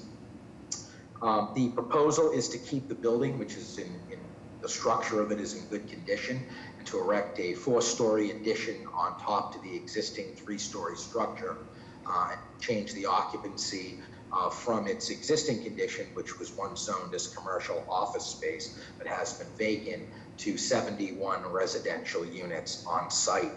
The total lot size is 8,591 square feet, and this falls within the Boston proper B4 zone. Next slide, please. This is just the sort of the area. You can see the context, the red highlighted area along Newbury Street, and the front of the building, that would be our main entrance. Next slide, please. And this just gives you an aerial view. So as you can see, some of the newer and larger buildings around us, one thing we had worked with both Ebony and the counselor and the BPDA is to, for infrastructure improvements, as you can see, sort of the sidewalk stops. So we're going to keep that going and add to that with our infrastructure improvements as they continue down around the building. Next slide, please. And this just shows you some pictures of the existing structure that is sat idle. Another thing we are working on, and we have proposed and working with BPDA, is to have landscaping in the front of the building, which we'll show you as we get into our plans. Next slide, please. That's just a existing condition of the building as it stands now. Next slide, please, with a view from the Mass Pike. And so this is our first floor. This is our ground level, and you can see on the right-hand side, we've got, we're adding bike parking. We're gonna have permeable pavers on the outside. We're going to have benches for seating, landscaping area, and 15 visitor bike spaces to encourage other modes of transportation. Along with that, as was mentioned, we're going to have over the amount required of amenity space. As we get into the building, we will have a storage room for 71 bikes and bike repair station. As we go up, we're going to have an amenity dining room, workspace, conference room, as well as a media room as well in the building. Next slide, please. This is the front renderings and back renderings of the building. And you'll see the total height of the building is 90 feet, 7 inches. And that's keeping the existing structure as was mentioned. Next slide, please. And again, this is our rear and our left elevation slides as well. Next slide. That may conclude the presentation. Go to the next slide, but that's okay. I have Tanya Carrier as well, who's on to answer any design questions. And feel free to please ask any questions that the board may have. Okay, let's go ahead and open it up to board questions. Questions or comments? I'm not sure of whether this is a question or a comment, but my recollection is that this building was originally constructed as an auto dealership or showroom, and that it was used for a number of years as studio space and teaching space by the Art Institute of Boston. So the lower floors are large and open and very robustly constructed. And it's also in an area where this new development could very well serve the graduate student needs of Boston University, given its proximity to Kenmore Square, or the housing needs of people in the medical area, which is also just down the street. And I wonder if any arrangements have been made, either with the university or with any of the medical institutions, for this building, given the way you're configuring it, to specifically alleviate some of the housing challenges that they have in providing affordable housing in this immediate area. Yeah, thank you, Dr. Lansmark. Those are great points. So and to your first point, there was like a garage parking area on the bottom level, but then there was a photo lab space above it for a number of years. When my client had purchased it, it was vacant. William Tebow does do a lot of work with BU and Northeastern on other buildings. We specifically built this to make a little bit lower rent, so we have smaller units, but just exactly what you had mentioned for younger professionals in the area that are looking for space. So I think over time that would be definitely something he would want to do, and he does have contacts at those institutions. We didn't, again, that didn't come up during the approval process at the early stages. We had proposed a mix of executive suites. In working with the Kenmore Square Residents Association, they wanted specifically all of these to be residential units. So I think that is our goal. But you're absolutely right. That is who we are gearing these for. And that is part of the reason we, and even working with the counselor's office, encouraging other modes of transportation. A lot of these folks are going to be walking around that area and using bike. So that was really where we geared it to, and we will continue to do that. Thank you. Thank you. Okay, I have some questions. I think since you, we saw a lot in the comments and the comment letters, concerns about executive suites and Airbnb, like kind of it operating kind of like a hotel without, without being a hotel. So can you give a little bit more color into some of those themes of concerns and how they were addressed.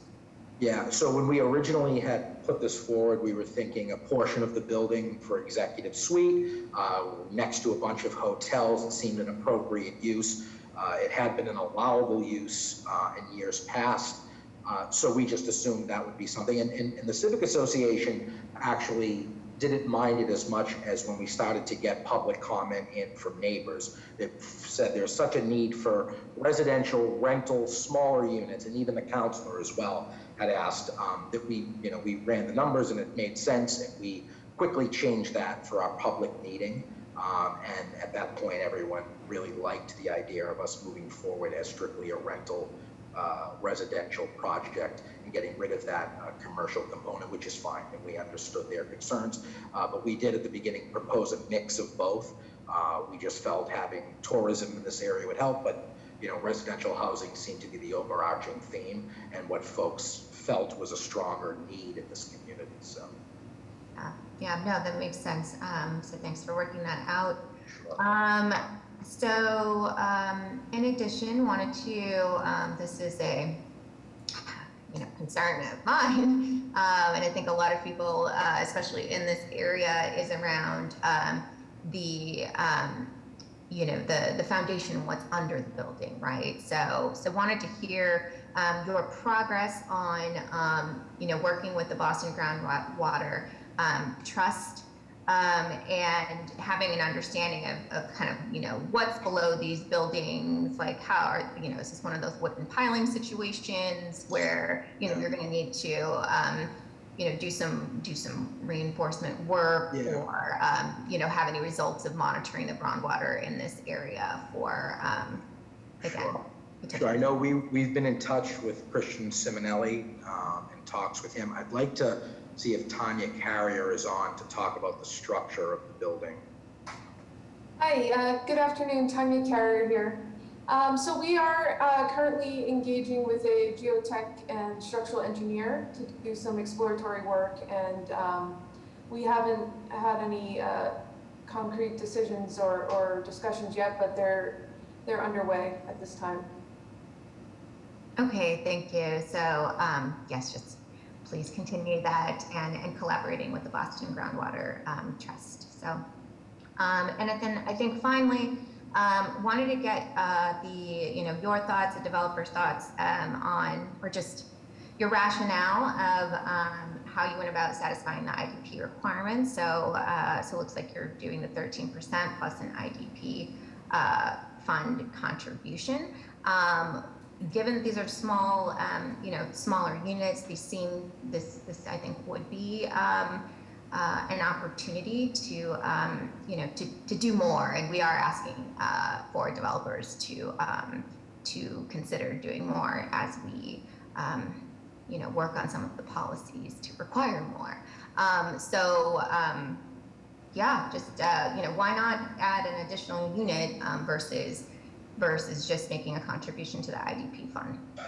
Yeah, thank you for the question, Madam Chair. So one thing, the whole project was geared, because they're smaller units, we feel like the rent structure is going to be lower to appeal to, younger professionals that may be just starting out.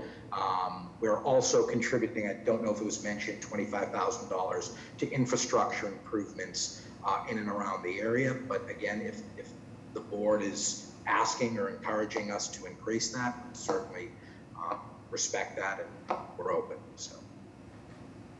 Yeah, I mean, I think it's something to explore, and again, I think this is a really, really prime location, and to also acknowledge that while young working professionals, come in at all different pay grades, particularly with our extensive nonprofit sector, and variety of institutions.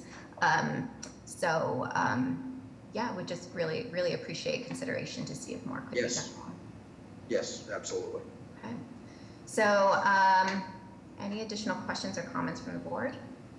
I just wonder if the rooftop of this building has views into Fenway Park.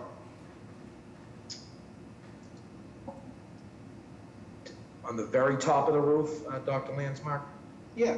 Yeah, it's across the way, so Tanya, I don't know if we, studied that image yet, but likely so. I would assume it does.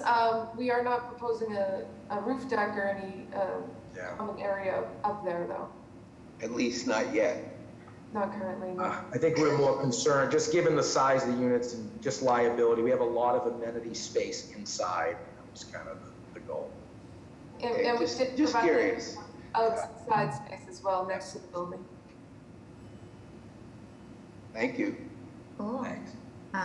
And one more plug on the IDP situation. Another consideration is to consider lowering the percentage of AMI. So right now it's 70% of AMI, which is still quite high and out of reach for lots of folks in Boston. So I'm just kind of throwing it all out there. All right. Additional questions or comments? Okay, hearing and seeing none, a motion is in order. So moved. Second. Roll call for a vote. Ms. Downs? Aye. Mr. Monahan? Aye. Dr. Landsmark? Aye. Mr. Miller? Aye. And the chair votes aye. Motion passes. Thank you. Thank you very much. Okay. Item number 17. Request authorization to issue a certification of approval in accordance with Article 80E Small Project Review of the Zoning Code for the construction of 21 residential condominium units, including 3 IDP units, 21 bicycle parking spaces, and 21 parking spaces located at 555 Metropolitan Avenue, and to take all related actions. Stephen. Good evening, and thank you, Madam Chair, members of the board, Madam Secretary, Director Golden. My name is Stephen Harvey. I'm a project manager at the BPDA, and I want to thank you for your time today. The project I bring before you today is 555 Metropolitan Ave, located in Hyde Park, a neighborhood within Boston. On January 13, 2021, the Boston Planning and Development Agency received a small project review application from Thomas Square Partners, LLC, the proponent. The proponent proposed to construct a 27,052 square foot residential building made up of 21 condominium units. The project site is located behind a large neighborhood shopping plaza and faces Metropolitan Ave, a residential street. The 29,633 square foot site is currently vacant, meaning no structures will be demolished and no residents displaced by this proposal. Ultimately, the project proposal utilizes unused space for the creation of condominium units, adding to the city's housing stock. The proponent has agreed to provide $27,052 for street improvements in the area and has agreed to improve a good portion of the sidewalk on Metropolitan Ave. The proponent has also agreed to construct an accessible pedestrian walking path from Hyde Park Ave to Metropolitan Ave, creating a safe pedestrian route for both residents and the public. If approved, the new structure will again contain 21 condominium units with 3 IDP condominium units. The proposed project will also include 21 exterior parking spaces and 21 bicycle parking spaces with 5 visitor parking spaces. On February 23rd, 2021, I held a virtual public meeting. The project was well received by those present. That February 23rd virtual public meeting was advertised in the local paper and via email. The comment period for this project ended on March 12th, 2021. With that said, I would like to pass it over to John Paulgini, the project attorney, and Christine Simlek, one of the project architects. John and Christina will run through the project presentation and will answer any questions put forward. Thank you again for your time. Thank you, Stephen. Good afternoon, Madam Chair, members of the board, Secretary Palamas, and Director Golden. As Stephen said, John Paulgini, I'm the attorney on behalf of Thompson Square Partners. With this proposal at 555 Metropolitan Ave in Hyde Park, as Stephen kind of touched on, it's a unique situation. The lot is, as he stated, a vacant lot. It's to the rear of a retail strip mall that fronts Hyde Park Avenue and is located on Metropolitan Avenue. This will do many things. First of all, Hyde Park is kind of, whatever development, hasn't seen a ton of development, but the development it has seen has, for the most part, been apartments to this point. So this is really the first full-body, condominium proposal that has been up there for home ownership, which is important to the neighbors and important to the community as well. And most importantly, as Stephen touched on, the building itself, between the buffering and the landscaping and everything like that, will kind of protect the residential neighborhood on Metropolitan Avenue from the, looking at loading docks and things like that, which we can all agree are not very aesthetically pleasing to be looking at every morning. And additionally, as he stated, we're providing a walking dock, which will be a walking path that will be a connector from the Metropolitan neighborhood over to Hyde Park Avenue, where they'll have access to retail and, more importantly, transit to Forest Hills and to Clary and Logan Square. So we're really excited. We appreciate you guys inviting us here tonight to present this project. I'll turn it over to Christian Similek, who is the project architect from DB2 Architects. He'll walk you through the designs, and I'm happy to answer any questions after that. But again, thank you for having us here this afternoon. Hi, this is Chris Similek. Can you hear me? Okay. Yes. Just again, from the neighborhood standpoint, the location of the site is within a 7 to 15 minute bicycle ride to Forest Hills, Rossendale Village, the MBTA Blue Line and Mattapan Square trolley, and to Hyde Park Station. So it's very well connected. I understand the BPDA hasn't really finalized a bicycle transportation plan for Hyde Park, but there are plenty of opportunities getting through there to get to the various locations, and the various transportation lines connect to many, many places. Next slide, please. These are context photographs of the general neighborhood, both of Metropolitan Avenue. On the top 1.5 rows is Metropolitan Avenue, and the lower ones are Hyde Park Avenue, showing the scale of current housing. The area is generally housing. There isn't street level retail on Metropolitan. This is all just straight housing. Next slide, please. On Metropolitan Avenue, the current site is in the upper left-hand slide, right behind the corner of the fence there. The site would be in that parking lot that is behind the supermarket. You can see also just the large expanse of unused asphalt that would be basically the project site. Currently, across the way, we have some odd parking going on with these housing, where it's straight off the street. We're not sure how that happened, but that's what we have for streetscape. Next slide, please. Here's the general overall, pardon the things on its side here, but Metropolitan Avenue is on the right-hand side, Hyde Park on the left-hand side, and this is the plaza with the main retail building, a small outbuilding, and a small ATM bank over on the left-hand, upper left-hand side. We're cutting out a piece of what is now pretty much unused parking, and it's been used for trailer storage by some of the tenants of the building. They're instructed not to leave their trailers over there, and that'll be then taken over. And we're proposing a 21-unit building with 4 entrances, typically 6 units per entrance and 3 in the tail end to get us our 21 units. It's a 3-story building, and you can see the path, the pedestrian walkway that'll go through the site at the bottom, allowing access to the number 32 bus on Hyde Park Avenue. Also, next slide, please. This will be an enlargement and more accurate. You can see that the site slopes pretty briskly. It's almost a 10-foot grade change across, high being on the left and low being on the right. And at points, the sidewalk is over 5%, the existing sidewalk. And then in the parking area, we're maintaining accessible pathways through from the parking area across, connecting all the entrances. We will have you'll see on the landscape plan a path that then connects to the public sidewalk.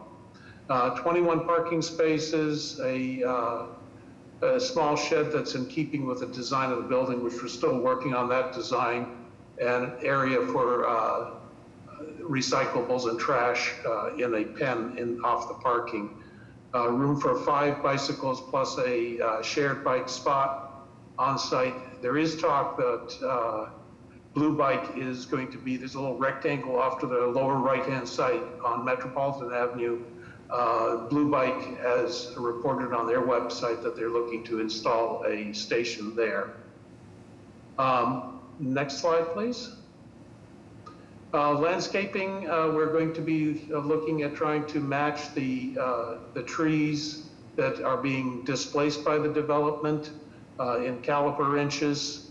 Currently, we're trying to save what we can. There's only really one tree that's on the site along the left-hand side that's in the plant buffer.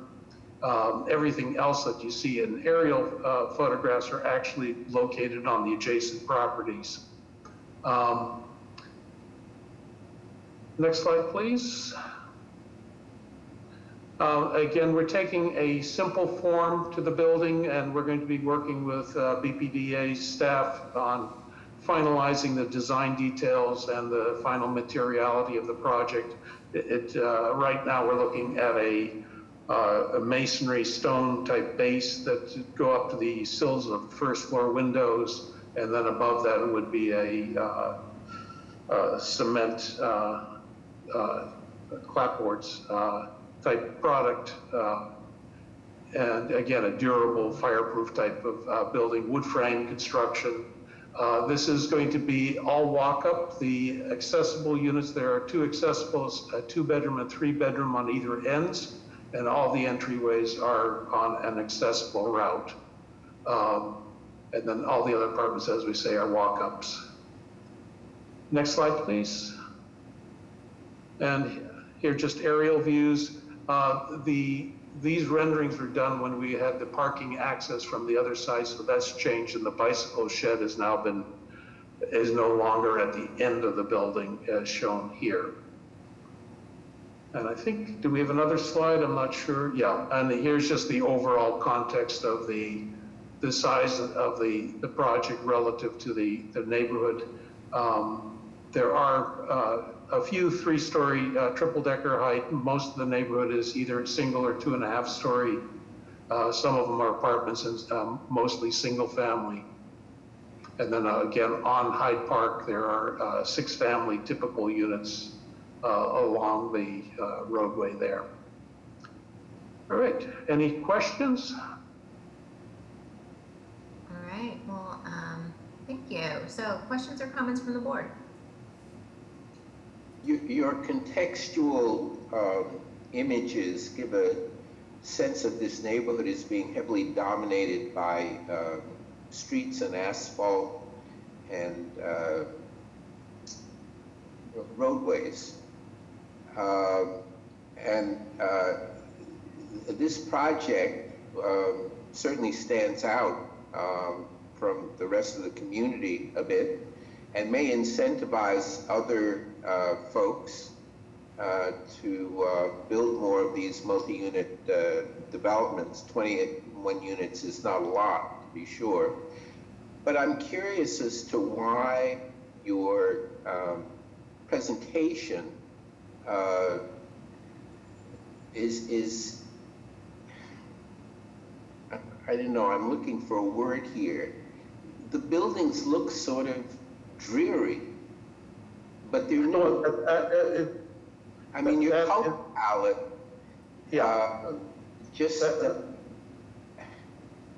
doesn't say that what you're doing is starting to transform this neighborhood, which shows lots of prospects of being very attractive to a lot of people. What's up with that? Well, we're definitely working on, one can throw somebody else under the bus, but we won't do that. In the process of doing the renderings, the color palettes are things that we are exploring. And definitely, we take your comment with great respect.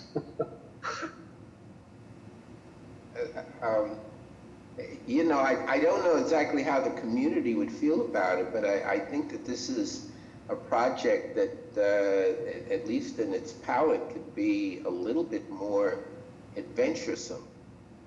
No, I think we definitely want to be, one of the things about the neighborhood, it appears to be, and this is not a reason for the color palette, but for the reason of the lack of comment, is that the neighborhood seems to be largely rental.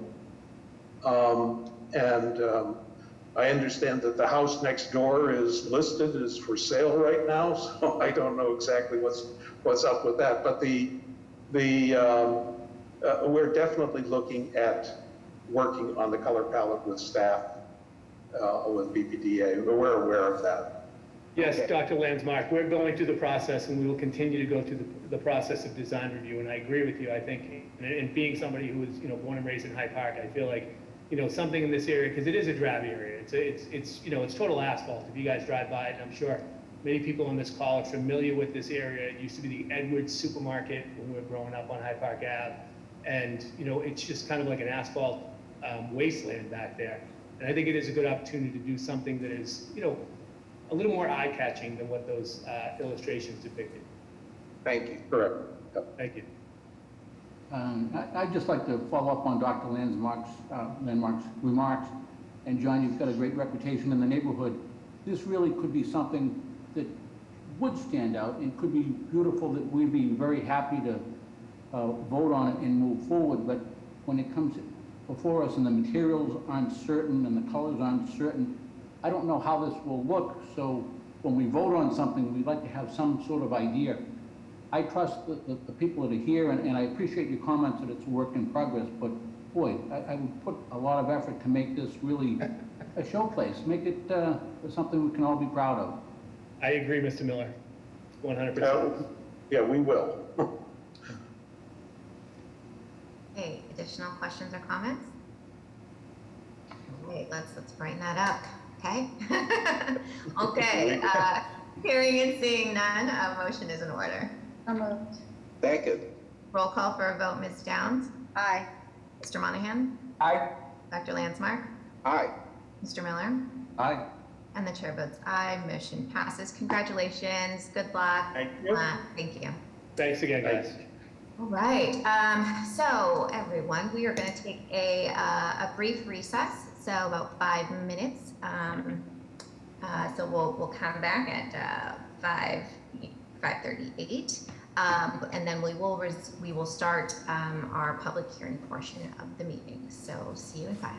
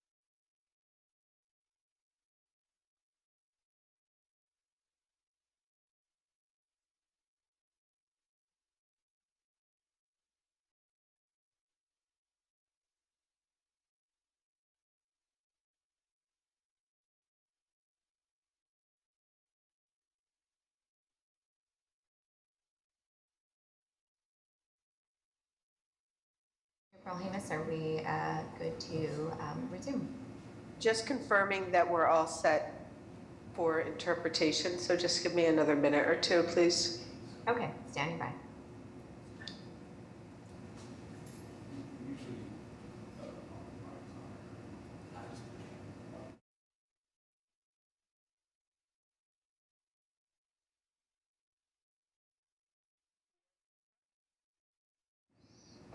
Okay, thank you. Okay, so we're moving to the, actually I'm gonna need a little consult. Secretary Polhemus, do I do the motion to take it off the table first and then read?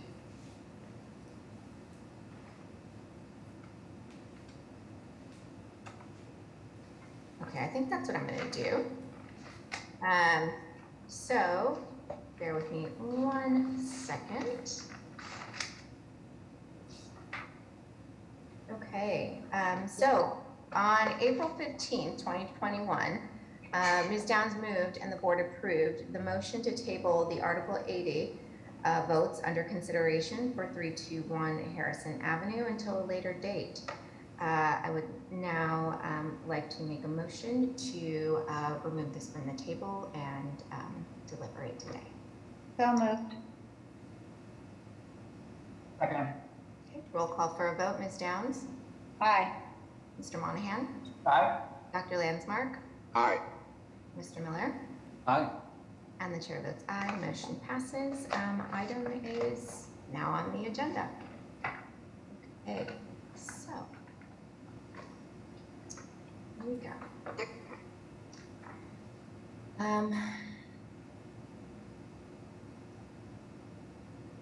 Simultaneous Chinese interpretation is being provided for you, or is being provided for this meeting using language interpretation functionality within Zoom. We ask that you be patient in case of any technical issues. Language interpretation will not be enabled until instructions how to access interpretation have been interpreted into Chinese. Once interpretation has been enabled, a globe icon will appear. A reminder to all that are speaking today, we ask that everyone speak slowly for the interpreters. If you're speaking too quickly, I may interrupt you and ask you to speak slower. Thank you. So to enable interpretation for Chinese, please click on the globe icon in the bottom of your screen and select Chinese. Also, you must mute original audio. So Terry, would you please kindly interpret the instructions I just gave? Sure, thank you, Ms. Chair. Hi, my name is Terry Yang. I'll be your Mandarin interpreter. 大家好，我叫 Terry， 我是你们的国语翻译。待会呢，我会跟李伟一起呢，就会给大家提供这个国语的翻译。在屏幕的下方呢，可以看到一个地球的图标，选择地球的图标，然后再点击这个Mandarin， 就是国语了，也可以进入到国语的频道。如果你是用手机或者是用平板电脑上的话呢，你可以点击屏幕下方的3个点。 再选择更多语言的选项，你也可以进入到国语的频道。好，谢谢大家 ，Thank you. Okay, thank you. Ahmad, would you please now turn the interpretation on? We're going to wait we're going to wait a minute and wait for folks to join the interpretation channel at this time. Also, while we wait, if you are having any difficulty activating interpretation, please call the phone number on the screen. Also, please take note of the phone number on the screen. If you're having difficulties later in the meeting, you can call that number and we'll be able to support you.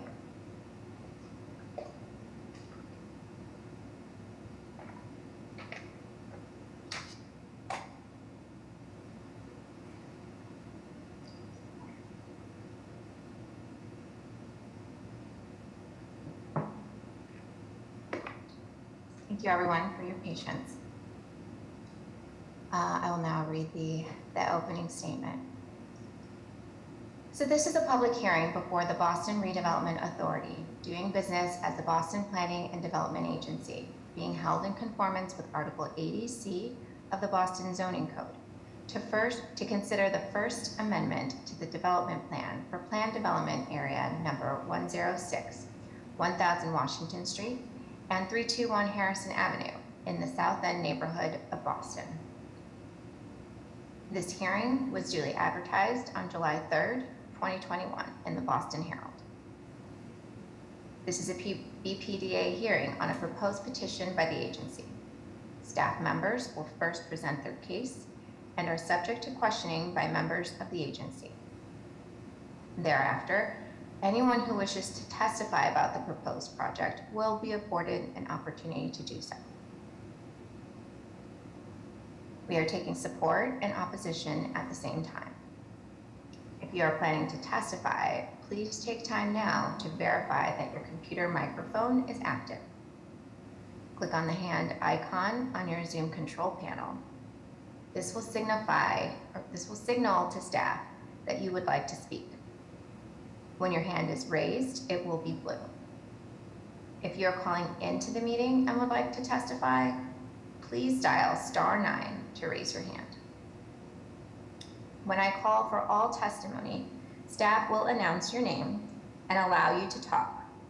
You must unmute your microphone. Your webcam will not be active.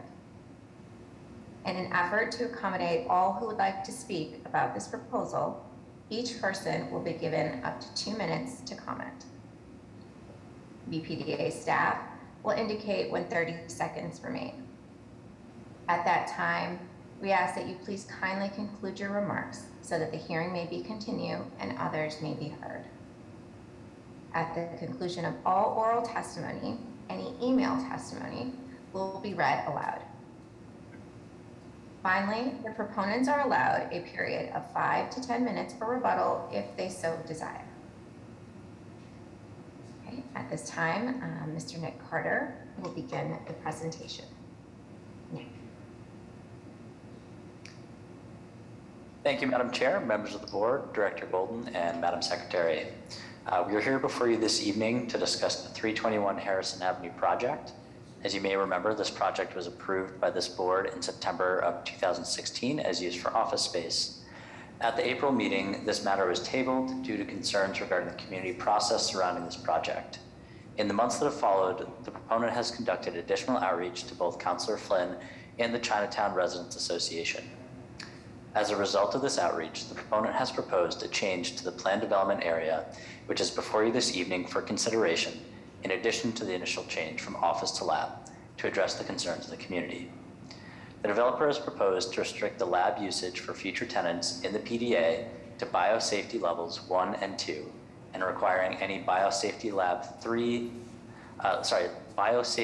3 usage to be approved by a future vote from this board. The proponent has also committed to additional community outreach as this project moves towards finding a tenant, and will continue to work with the community as they lease the building. As a result of the proposed change to the PDA and the continued and future community outreach, I am pleased to say that this project now has the support of Councillor Flynn. At this time, I will turn the presentation over to Joe Imperator to lead you through the changes. Thank you for your time and your consideration on this project.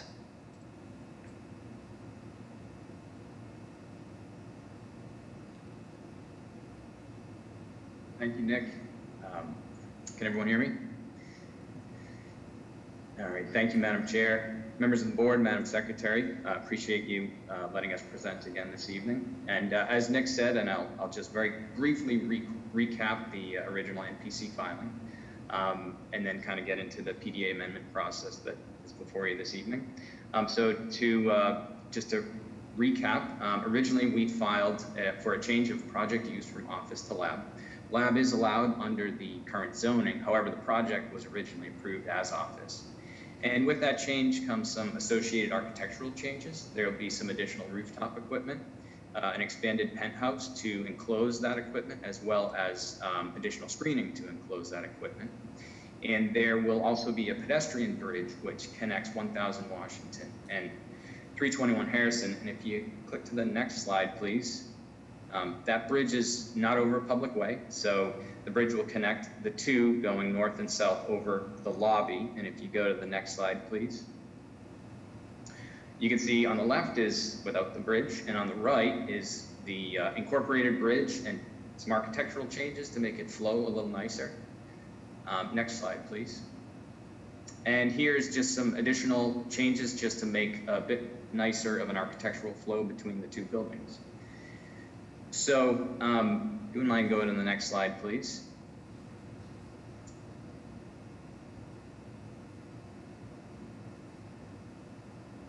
If we have a next slide, if you wouldn't mind going to that one.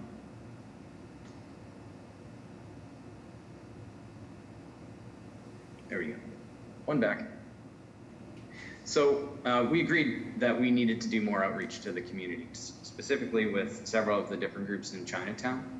And so since last April, we've done extensive community outreach. We've met with the CRA twice. We've provided a number of educational presentations as well as listening to the concerns of the community. We met with the Chinatown Safety Committee as well as the CNC, the Chinatown Neighborhood Council. We reached out to the CCBA. We've talked to a number of different individuals and groups, in an effort to be a good neighbor. We are no strangers to Boston, Cambridge, and the area, but to this neighborhood we are. So it's been a very helpful process to engage with the different groups, individuals, hear their concerns. One of the major concerns that came out of some history in the neighborhood was the concern with BSL-3 labs. And we listened and we heard this, and the way we want to put words into actions and just not give things lip service is to, with the help of the BPDA staff, to craft this PDA amendment, which is actually more restrictive to the PDA. And before I get into that, just a very quick primer on biosafety levels. There's 4 biosafety levels, 1 through 4, 1 being the lowest, 4 being the highest. Biosafety level 1 is the equivalent of a doctor's office or a high school biology lab, cleanable surfaces. Biosafety level 2 is what is a typical life science laboratory. And that's most of what's in Boston and Cambridge now. These labs feature robust supply and exhaust air. They also feature lab waste or pH neutralization systems, which neutralize liquid waste before it leaves the building, and any hazardous materials have to be transported off-site by special qualified vendors. There's also requirements for flammable and chemical storage, which restricts the volumes and the quantities which can be stored on site. There's also requirements that we have to have higher fireproof ratings on structural elements, which this building does have. We also have building monitoring systems so that we can, in real time, monitor the health of these critical systems, stay ahead of them, keep ahead of maintenance. And the last major component is backup power. So even in the event of power loss, these critical systems remain running. And continue on with the BSL, the next level up would be a BSL-3, which is similar systems, but more robust, more air changes, higher tolerances for lab pressurizations, antechambers, things like that, because the risk level of the pathogens or whatever research is going on gets higher. And then the last one is BSL-4, which there'll never be a BSL-4 here. There's really only about 10 of those in the country, and those are mostly run by the US government, the CDC, the US Army, a few universities.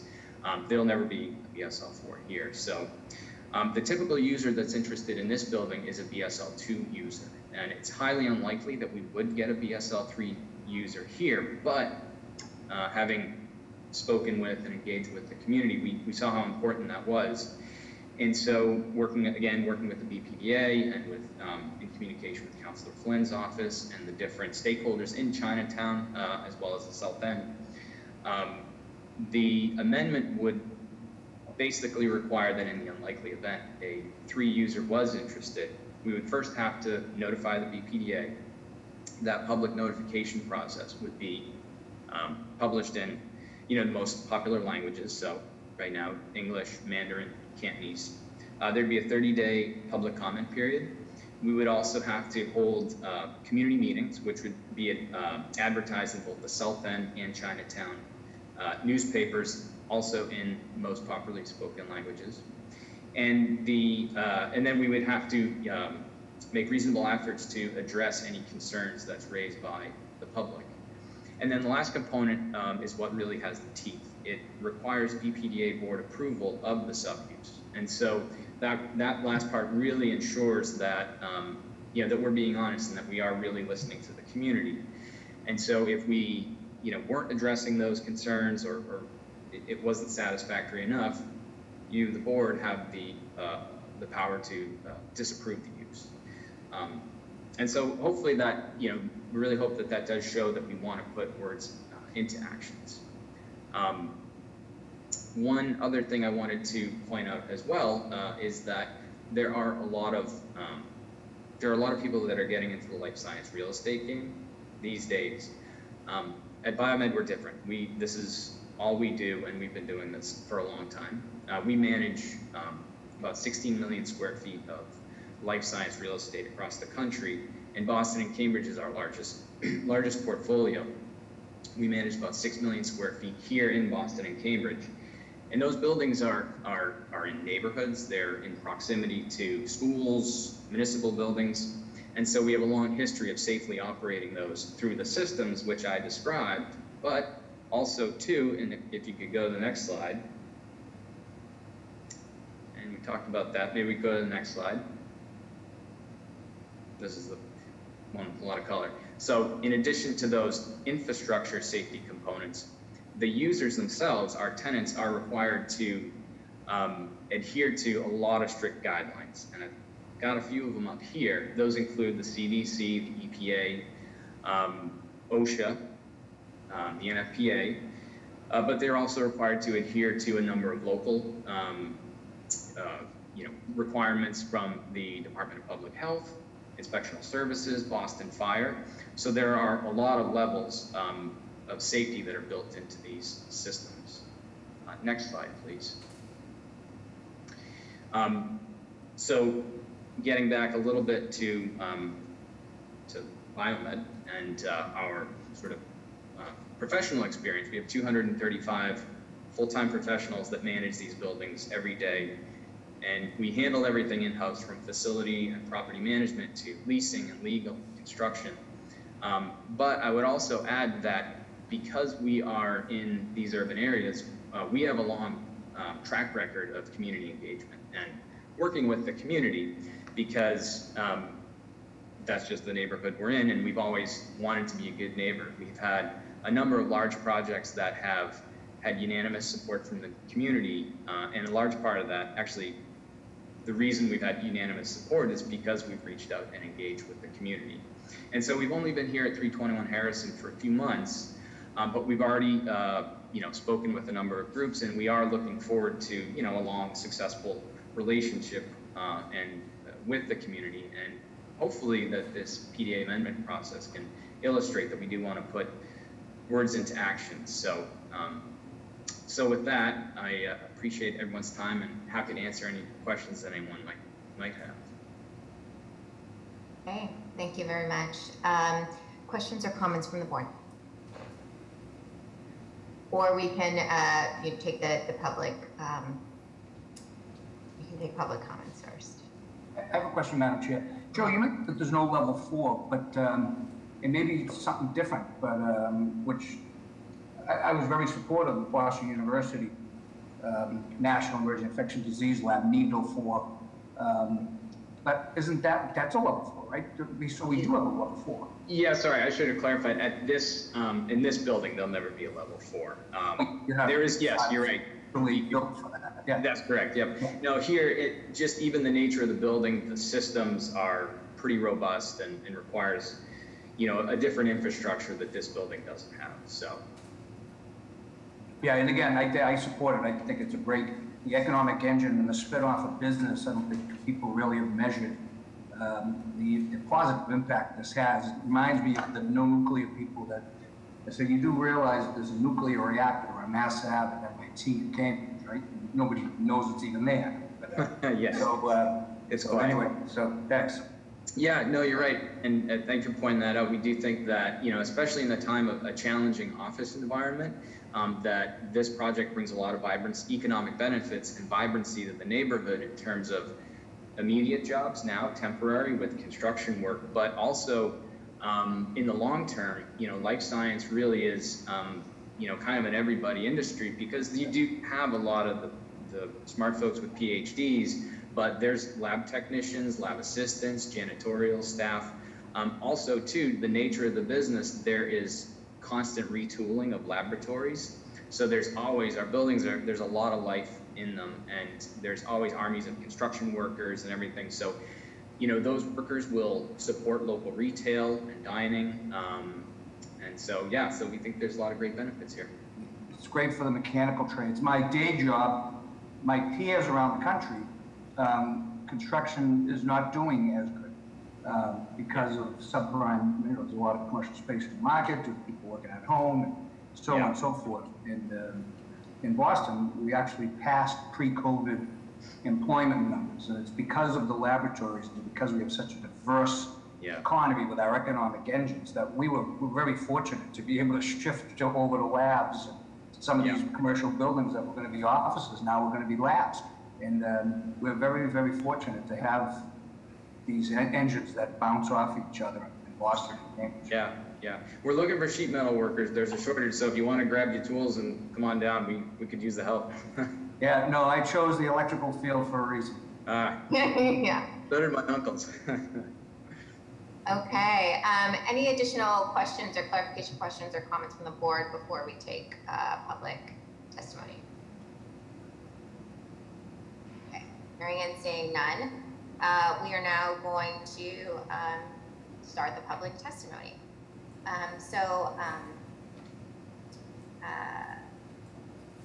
When you're called on, please announce your name, affiliation, and your position on the proposed project, so that's either opposed or supportive.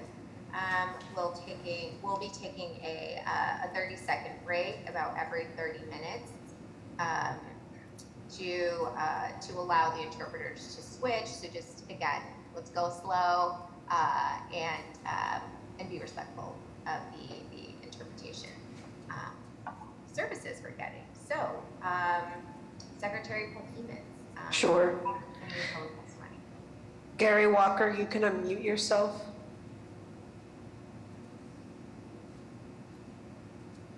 Ooh. It's not working for me.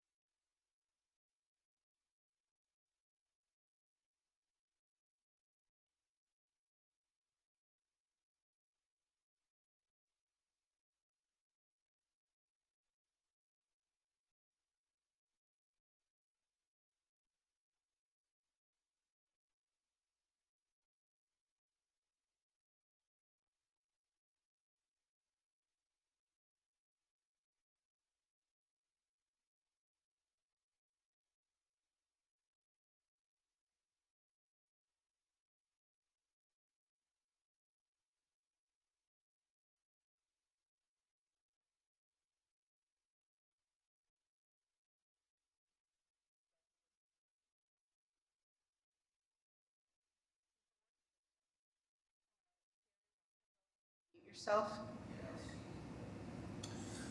Yes, Madam Chair, members of the board, Secretary Polimas, Director Golden, Gary Walker, Electrical Workers Local 103, I'd like to speak in strong support of this project. Thank you very much. Thank you. Minor Perez, go ahead and unmute yourself. Good evening, Madam Chair, members of the board. Minor Perez, representing the Carpenters Union. On behalf of hundreds of union members that live and work throughout the city of Boston, want to go on record of support. Thank you. Thanks, Minor. Wing K. Leung, you can unmute yourself. Hi, my name is Wing K. Leung. I'm advisor to the CRA and also has been active in Chinatown for a number of years, I think about 30.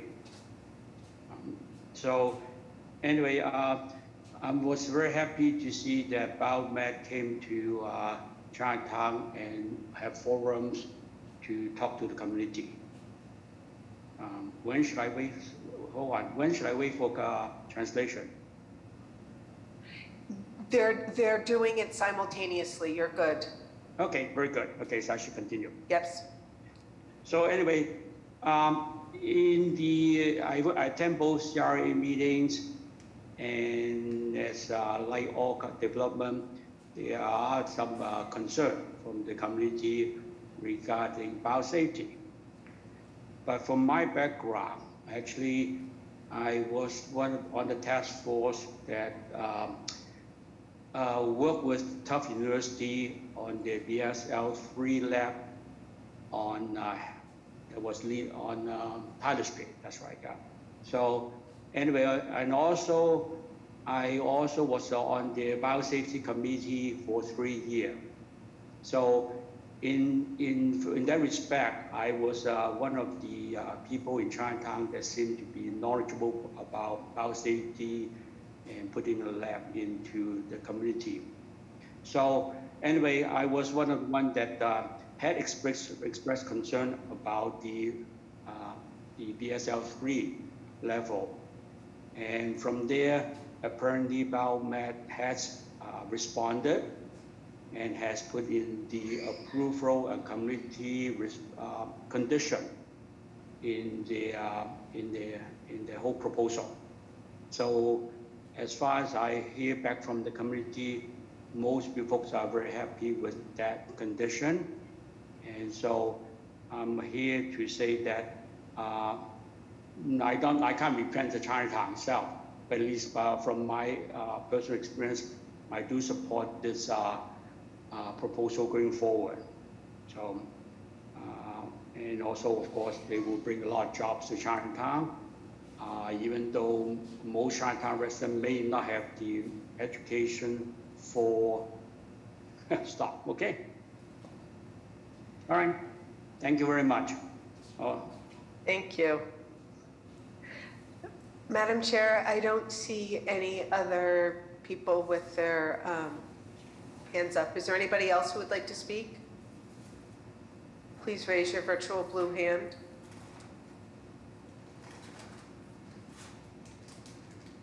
We're good. Okay, all right. Well, to the last resident, Wing K, thank you very much for your service and to Boston and the Chinatown community. Appreciate you. Do we have any additional questions or comments from the board? I would just like to say I appreciate the outreach to the community, and I think that this will be well received. Mr. Miller, additional questions or comments? Yeah, I was one of the most adamantly opposed to having this project move forward when we first saw it back in April. And I have to say I'm very pleased with the steps that the proponent has taken to address the issues, and also impressed with what it is you've said tonight about your track record in dealing with communities as you develop these kinds of projects around the country. And I'm just curious as to how you would summarize what you have learned in the 3 months since you first came before us, and what you're presenting tonight. I mean, I see the changes, but what have you learned? Sure. Well, right off, I can say that you don't know what you don't know. We originally thought that we had, made sufficient outreach. We had reached out to some groups, and we did have our public hearing, but being new to the neighborhood, I think that what we needed to learn was that we haven't heard everybody, and taking the time to learn who we need to speak to. We knew how to engage with the community, but maybe not stopping at where we stopped at is, I would say, the biggest thing that we've learned. And that there's an opportunity to continue the engagement that we've had on other projects before. But I think that's probably the first thing that I would say that we've really learned. I will try to speak for the community, and I agree with Mike in particular about the importance of life science research in driving the economy in the greater Boston area. I mean, basically it's life science and then almost nothing else. And I think we're all on the same page in that we want to see these projects move forward successfully in ways that are beneficial to the developers and to science, as we've seen particularly over the past year, and also to the communities. At the same time, there's been an increased consciousness of what has been perceived as certain types of environmental injustices that have taken place over the years. And part of our job as board members is to represent the public interest in that regard. And it seems to me the project has moved from being something that clearly was not universally accepted back in April to something that may now serve as something of a model for how future projects move forward, not just as developed by you folks, but by others. And I won't try to speak for the broader community, but I will say that one of the things we ask of the developers of these kinds of projects is that they think about what it would be like if such a project of this scale were proposed to move into their neighborhood, wherever they happen to live, and be sited diagonally across the street from a public school where their kids were enrolled in school. What our communities ask for is the same respect for the community fabric that the proponents would expect in their own neighborhoods. And I think you're showing that. And so it's now a lot easier for me to support this project than it was back in April. And I do hope that as we move forward in this economy that is so dependent on life sciences research, that other proponents will take something of a lesson from what you've learned as well. Thank you, Dr. Landsmark. Yes, to your last point, I can say that's a great point to put, for us to put ourselves in the shoes of someone who would be across from that. And, being in and out of these buildings daily, I have 3 little ones at home, and, the safety measures and everything that go into these buildings, I can speak to the safety of it, but I can also understand the concern. So your point is well taken, and thank you.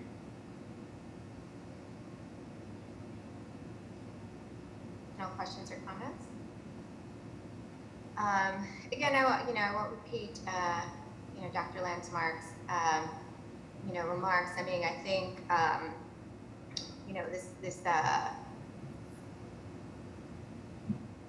I'm pleased where we ended up, and this does, and appreciate the work that the agency has done to craft what I think is an absolutely appropriate control to put in place with the, if you were to go above a level 2, that it does, require additional oversight for us to pause and evaluate the risk here. I can totally appreciate and have been employed by the life sciences community. But with those economic benefits also come very, very real risks. And as a former internal auditor in the life science industry, that I've lived and breathed these risks and controls. The previous presentation, both to the community and to this board, was not sufficient. And I think we ended up at an acceptable level. Again, I am happy that we have achieved the objective of the community process and all of our processes. I think with that, a motion is in order. So moved. Second. Okay, roll call for a vote. Ms. Downs? Aye. Mr. Monahan? Aye. Dr. Landsmark? Aye. Mr. Miller? Aye. And the chair votes aye. Motion passes. Congratulations and good luck. Great, thank you all very much. Hope the rest of the evening moves quickly for you. Yeah, we just take as long as it takes. Thank you. Okay, so let's move on to our second public hearing of the evening. This is a public hearing before the Boston Redevelopment Authority, doing business as the Boston Planning and Development Agency, being held in conformance with Article 80C of the Boston Zoning Code to consider the proposed Jan Karski Way extension project in Dorchester and the associated proposed development plan for planned development area number 129. This hearing was duly advertised on July 1st, 2020 in the Boston Herald. This is a BPDA hearing on a proposed petition by the agency. Staff members will first present their case and are subject to questioning by members of the agency. Thereafter, anyone who wishes to testify about the proposed project will be afforded an opportunity to do so. We are taking support and opposition at the same time. So if you're planning to testify, please take time now to verify that your computer microphone is active. Click on the hand icon on your Zoom control panel. This will signal the staff to the staff that you would like to speak. When your hand is raised, it will be blue. If you're calling into the meeting and would like to testify, please dial *9 to raise your hand. When I call for all testimony, staff will announce your name and allow you to talk. You must unmute your microphone and your webcam will not be active. In an effort to accommodate all who would like to speak about this proposal, each person will be given up to 2 minutes to comment. BPDA staff will indicate when 30 seconds remain. At that time, please conclude your remarks so that the hearing may continue and others may be heard. At the conclusion of all oral testimony, any email testimony will be read aloud. Finally, the proponents are allowed a period of 5 to 10 minutes for rebuttal if they so desire. Mr. Raul Duberge will now begin the presentation. Raul. Good afternoon, Madam Chair, Director Golden, Madam Secretary, and members of the board. As mentioned, the item and project before you this afternoon is the proposed Jan Karski Way extension project in Dorchester. The proposed project consists of the redevelopment of 4 parcels of land totaling approximately 169,100 square feet, located at 173 Boston Street and 15 Enterprise Street. The project site today is currently leased to a telecommunications provider and is occupied by a 2-story office building, warehousing, and support structures for the storage of trucks and surface vehicle parking. The site is bounded by Jan Karski Way on the west, Enterprise Street on the south, Boston Street to the east, and 3 family residential and commercial properties up to the north. The project itself consists of the demolition of those existing structures occupying the site today and the construction of a 5-story mixed-use development that will include approximately 341,176 square feet of gross floor area, up to 403 residential rental units, approximately 14,600 square feet of retail space, 268 vehicle parking spaces, bike storage space for up to 488 bicycles, and approximately 47,800 square feet of new publicly accessible open space. By way of zoning, the project lies within the Dorchester neighborhood zoning district where PDAs are allowed, and as part of this Article 80 review process, The proponent is seeking approval of a PDA development plan to facilitate the redevelopment of the site. In terms of the actual Article 80 review process that this project underwent, it formally started in January of 2020 when the proponent filed a project notification form with the agency. The filing of this document triggered a public comment period during which public and impact advisory group meetings were sponsored and facilitated by the BPDA. Following this initial review process, the BPDA issued a request for supplemental information to the proponent in February of 2021.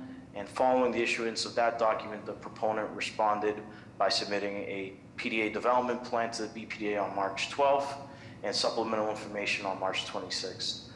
The filing of both these documents triggered a public comment period during which additional public and impact advisory group meetings were sponsored and held by the BPDA.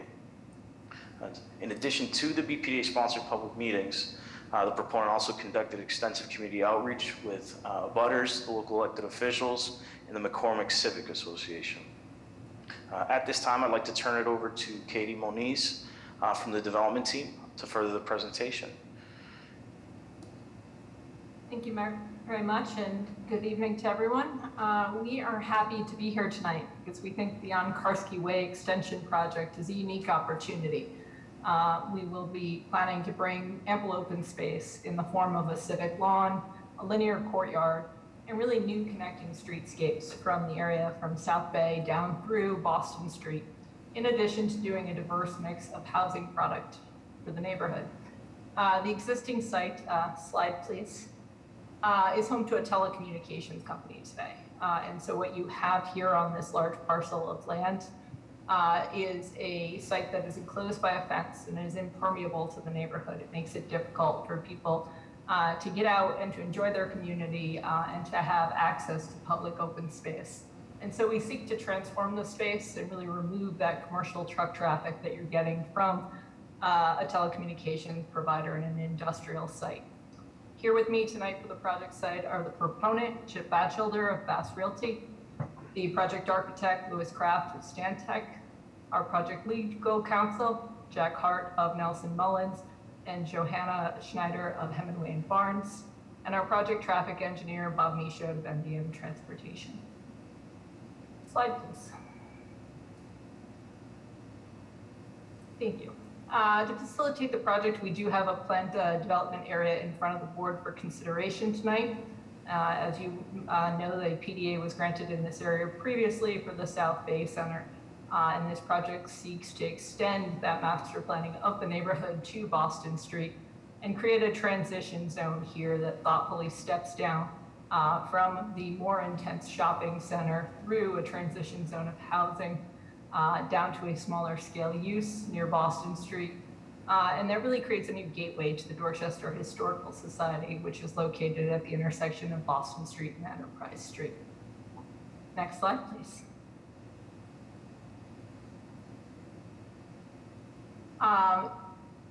To talk a little bit more about how the project was crafted, we have Louis Kraft here from Stantec, our project architect, who will walk through the program. Thank you, Katie, and thanks to the chair and to the board. It's important to understand this site it's in an important transition zone between the established neighborhood triple deckers to the east of Boston Street and the new development at South Bay to the west. It completes a major part of the BPDA's 2013 vision for the development of this area by introducing significant open spaces and pedestrian connections through the site to the new development. And it has significant improvements at all edges that anticipates further development both to the north and to the south. Next slide.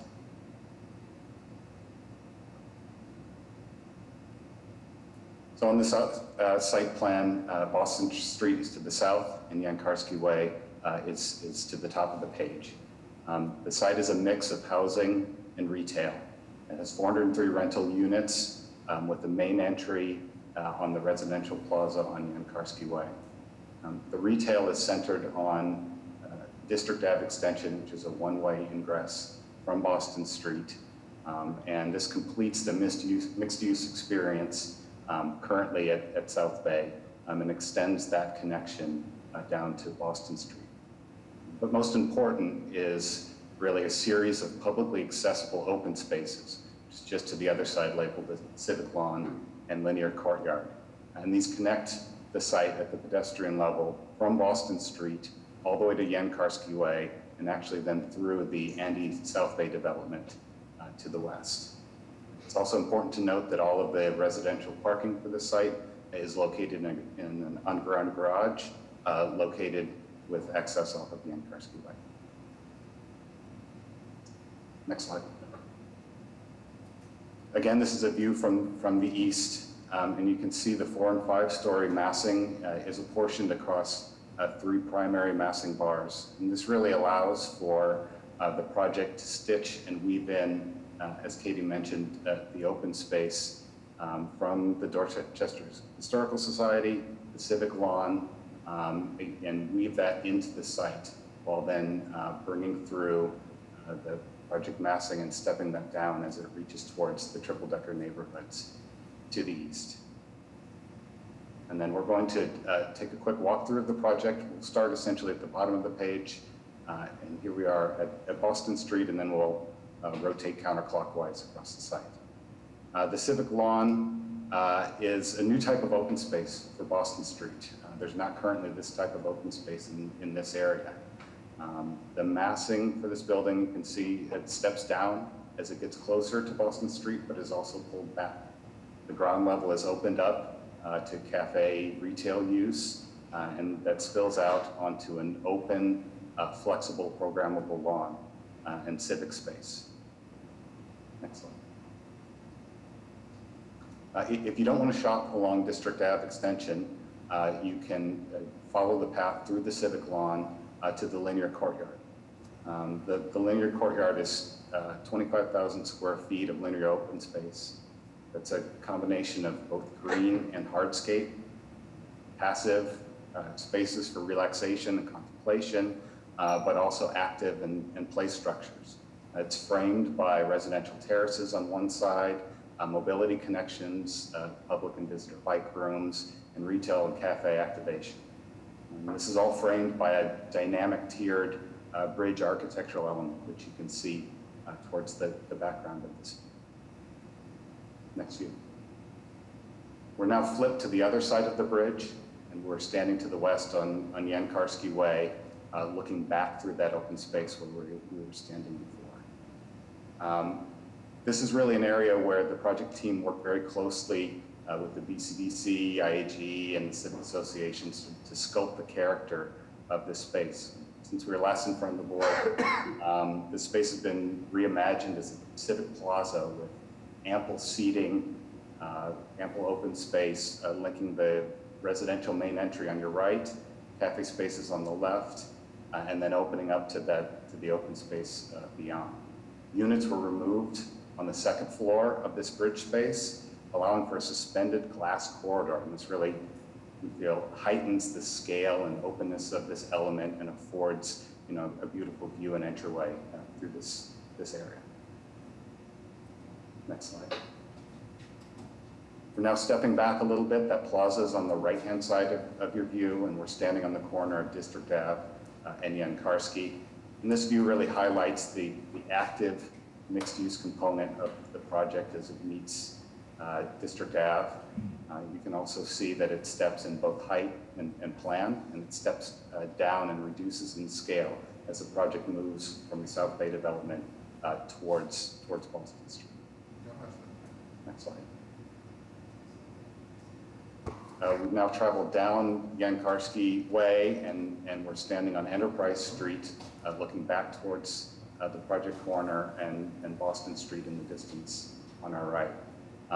This is an area where the project has really taken efforts to buffer the presence of this project to the street. On Yankarski, the building is pushed back beyond its required setback to allow for a landscape buffer along this way. That also allowed the project to align its pedestrian path on Yankarski Way with the pedestrian path that exists through the Pipe Fitters Union property to the south. And it's pushed back enough so that if there's any future improvement or development in those areas to the south, that this pedestrian way can adapt along with it. Enterprise Street itself has gone through significant improvements, again, with a lot of input from the IAG and the McCormick Civic Association. You can see that the street face is pushed back at several points along Enterprise to allow for moments of green and landscaped areas. And this is interrupted in between a newly introduced bike space and residential entry, which will just serve to further activate the street. There's been major improvements in the public experience. Currently, this is a pretty rough and scary non-compliant sidewalk that's going to be completely rebuilt as a complete street, and all of the utilities are going to be undergrounded, and all of these improvements extend beyond the site towards Boston Street and past the Dorchester Historical Society. This is just one of many of the community benefits committed to by the team and are going to be covered next by Katie Moniz. Thank you. Slide, please. The project has really been empowered by the proponent to really think about ways to be collaborative with this neighborhood. We did numerous meetings with our IAG over the course of 2 years, active with the McCormick Civic Association, and really just seeking input where we could in a collaborative process. And so hearing from this neighborhood, we were able to craft a list of community benefits for this project that really suit the needs of the neighborhood. One being a part of the Newmarket Business Improvement District, and understanding that getting access to the Newmarket station is critically important for residents of this building and the neighborhood, and that increased security throughout the corridor is really important for people to feel safe in the open spaces. They need to know that there's an investment by property owners and the bid to really try to increase the amount of security that's present between Mass Ave and South Bay.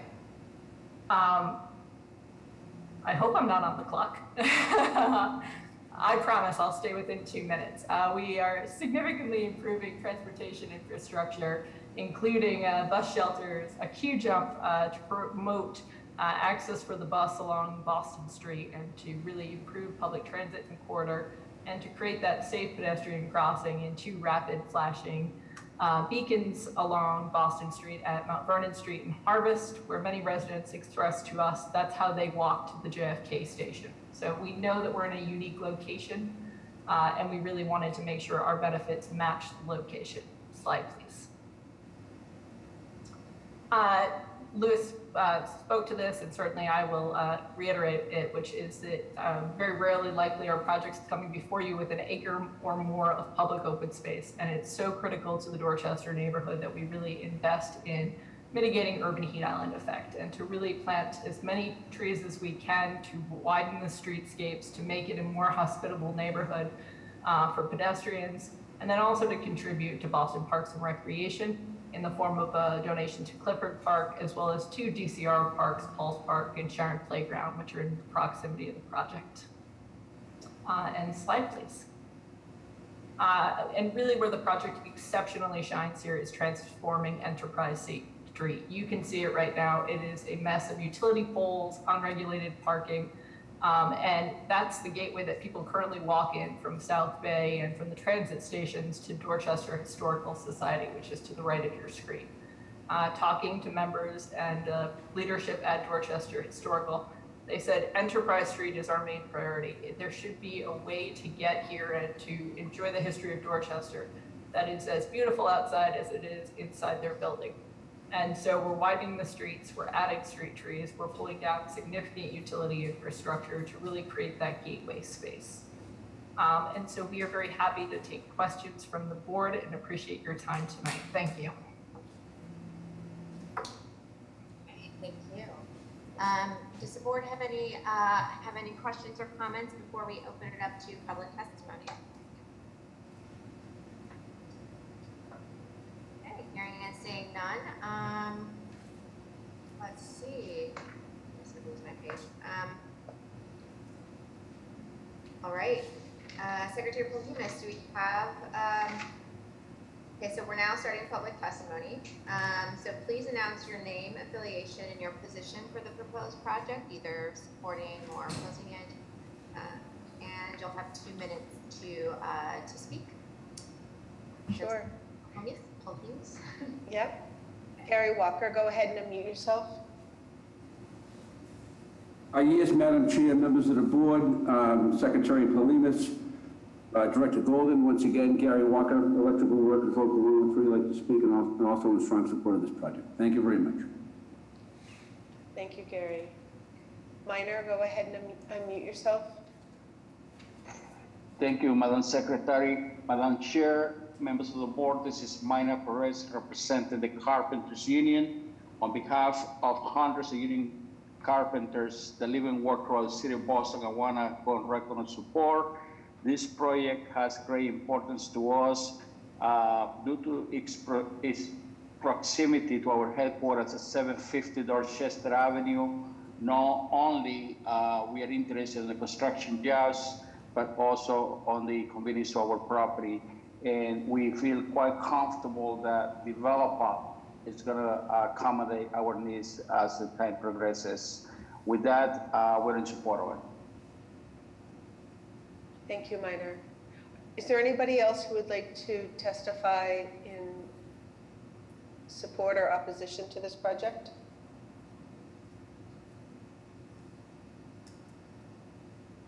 Madam Chair, I think that concludes the public hearing. Okay, we have now concluded the public hearing, and we'll now take questions or comments from the board. I have one comment, and that is that in one of your last slides focused on your open space planning, you depict a woman in a crosswalk with her arms spread out in a very celebratory way. And I know this neighborhood, and I have a feeling that in fact, in whatever she is celebrating, she will be joined by a lot of folks, because I think you're putting forward a really nice, transformative project here. And I want to commend the developer and the architects for the very thoughtful and really quite joyful set of changes for this neighborhood.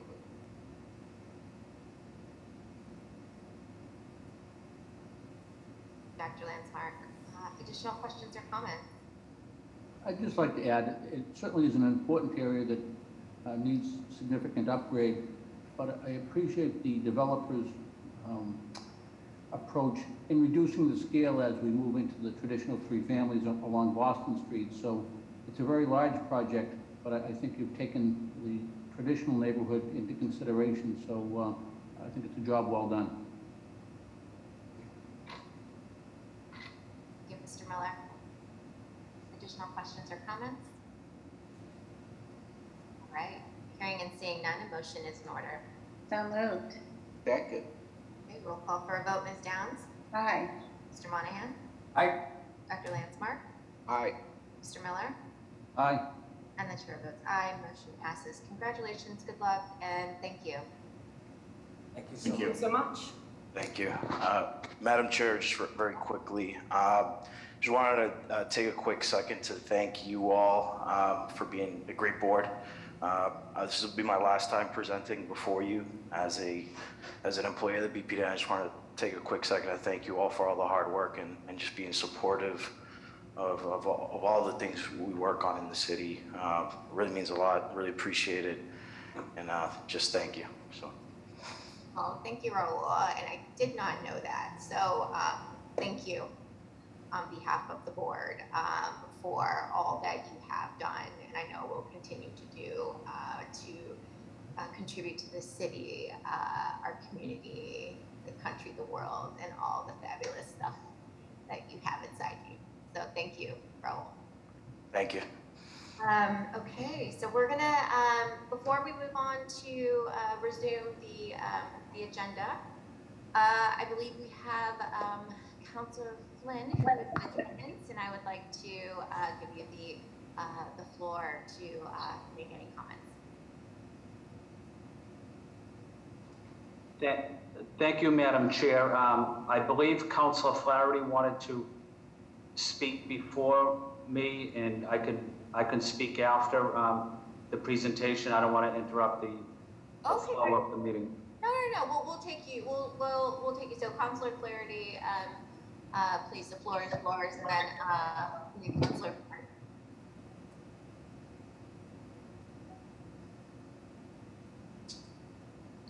Madam Chair and ladies and gentlemen of the board, can you hear me clearly? Yes. Very good. Good evening, everybody. I'm here to offer testimony. This is City Council at Large Michael Flaherty, and I'm here to offer testimony with respect to 69A Street. This notice of project change will allow the CIE to repurpose the initial commercial use of the building and convert it to a research and development use without any material changes to the approved building envelope. Throughout the public review process, the proponent has had an extensive public process and demonstrated a willingness to meet with and be responsive to neighbors and abutters.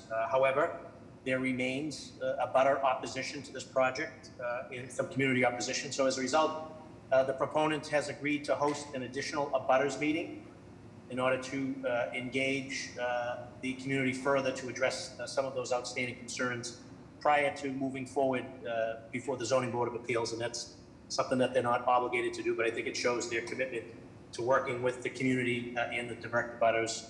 The proponent has shown that they do want to be a good and active member of the South Boston community, and I encourage the board to approve this project to get them to the next level, to get into that process before the Zoning Board of Appeals. And that said, I think it's also important to note that as our city becomes a bigger hub for life sciences, we are presented with enormous opportunities and challenges.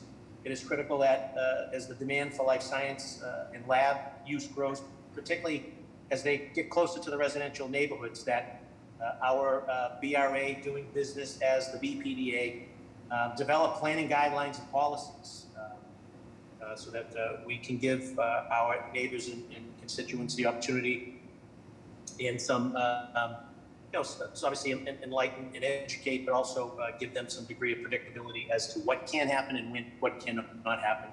Further, it's critical that we as a city, we ensure that there's adequate job training programs and pathways to ensure that our residents benefit from the resulting job opportunities that come with this industry. So we're here obviously supporting this project moving forward to the next steps, but it's incumbent upon us as elected leaders and as residents to make sure that the jobs that will be created will flow throughout the community and across the city, and that we're also preparing our Boston Public School students. I've been saying this for a while.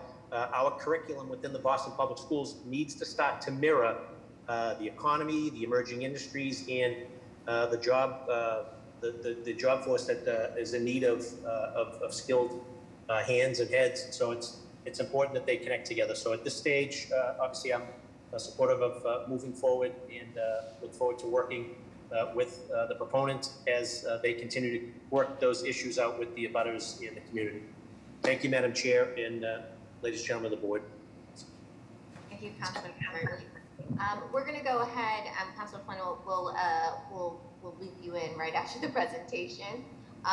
So we'll move ahead with the presentation for agenda item number 18, which is request authorization to issue a certification of approval for the second notice of project change in accordance with Article 80E Small Project Review of the Zoning Code for the use change of commercial space to research and development within the original 45,000 square feet located at 69A Street with BRA design review of its associated rooftop mechanical equipment and to take all related actions. Stephen.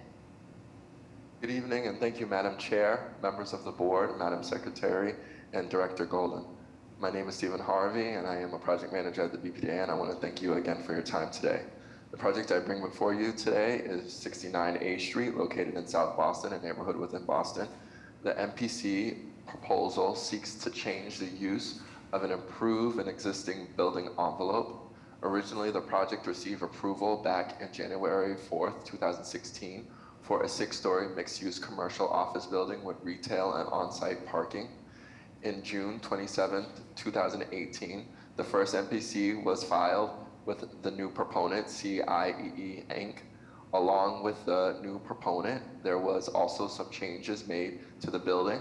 The proponent reduced the project by removing the 6th-story addition and the entire rear addition, which decreased the square footage of the originally approved project by 30,000 square feet, bringing the revised building total to 45,700 square feet. The second and current NPC filed on January 5th, 2021 seeks to address a severe hardship imposed upon CIEE by the COVID pandemic by repurposing the use within the constructed building. The proponent, CIEE, has partnered with Phase 3 Real Estate to propose a new use at the site, research and development.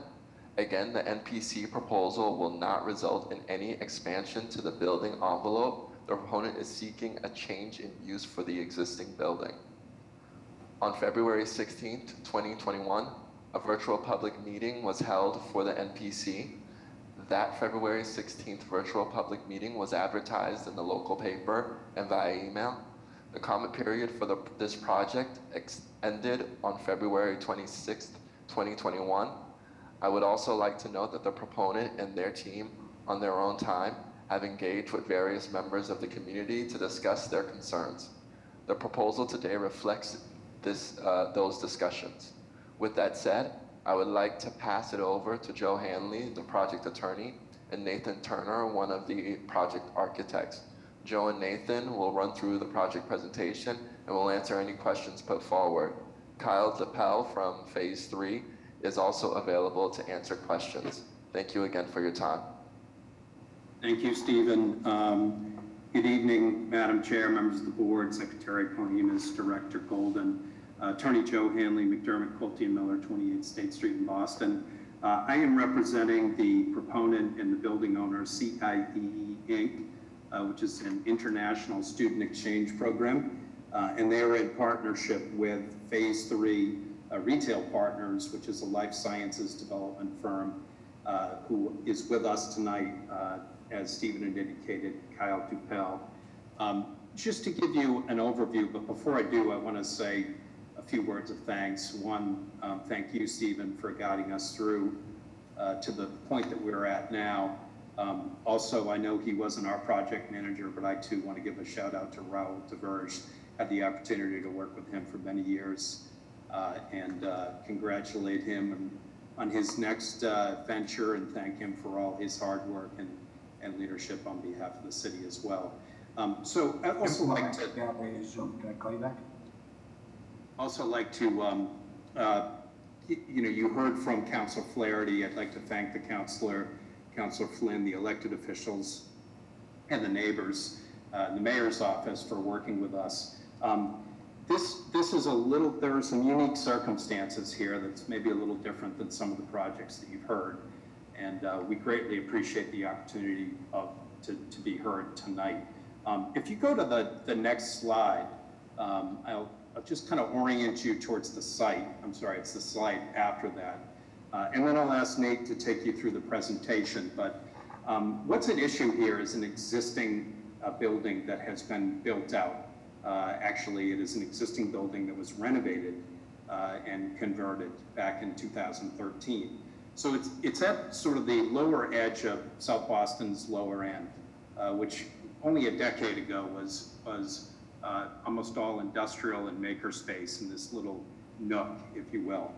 So 69 A Street is a building which is sort of in back of Amorines and back of Broadway, off A Street, on a section of Athens Street that actually discontinues, the dead end section, that discontinues at the South Boston bypass, or the Hall Road, if you will.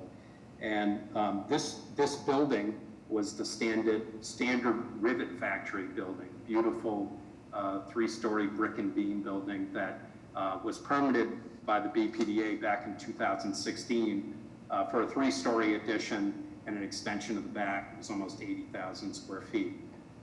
My client comes in 2018 and buys those permits and voluntarily drops the height to do only a 2-story addition and not an extension at the rear. And they're excited to come to South Boston to open their Boston headquarters. Upwards to 200 employees. in this office use. They are in the business as a student exchange program internationally, which probably couldn't be any worse in a pandemic. They lost 75% of their employees. They're down to only 17 employees in the city of Boston. And again, this was to be upwards to 200. In the meantime, they built out the addition and built out the core and shell. So here we are with a vacant building in the middle of a pandemic, and we partnered, my client partnered with Phase 3 to look at ways that we could repurpose the existing building, finish its final CO for a use that is in keeping with this sort of traditional maker space area that here at this location in South Boston. So again, it was permitted for office, and we're here to ask, in partnership with Phase 3, for a notice of project change to proceed to the Board of Appeal to make our case for life sciences office research space within the existing envelope. Final piece I want to tell you, if you look in your board memo, and the counselor echoed this, we take our this opportunity, and as he said, challenges and quite frankly responsibilities in South Boston very seriously. You will see on page 6 of the memo 11 conditions, one of which is agreeing that the biosafety level would be no higher than 2, and I heard that as a discussion point in one of your agenda items before, but also performing voluntary studies, sound and light attenuation measures, making sure that our mechanical rooftop structure is no higher than 13 feet.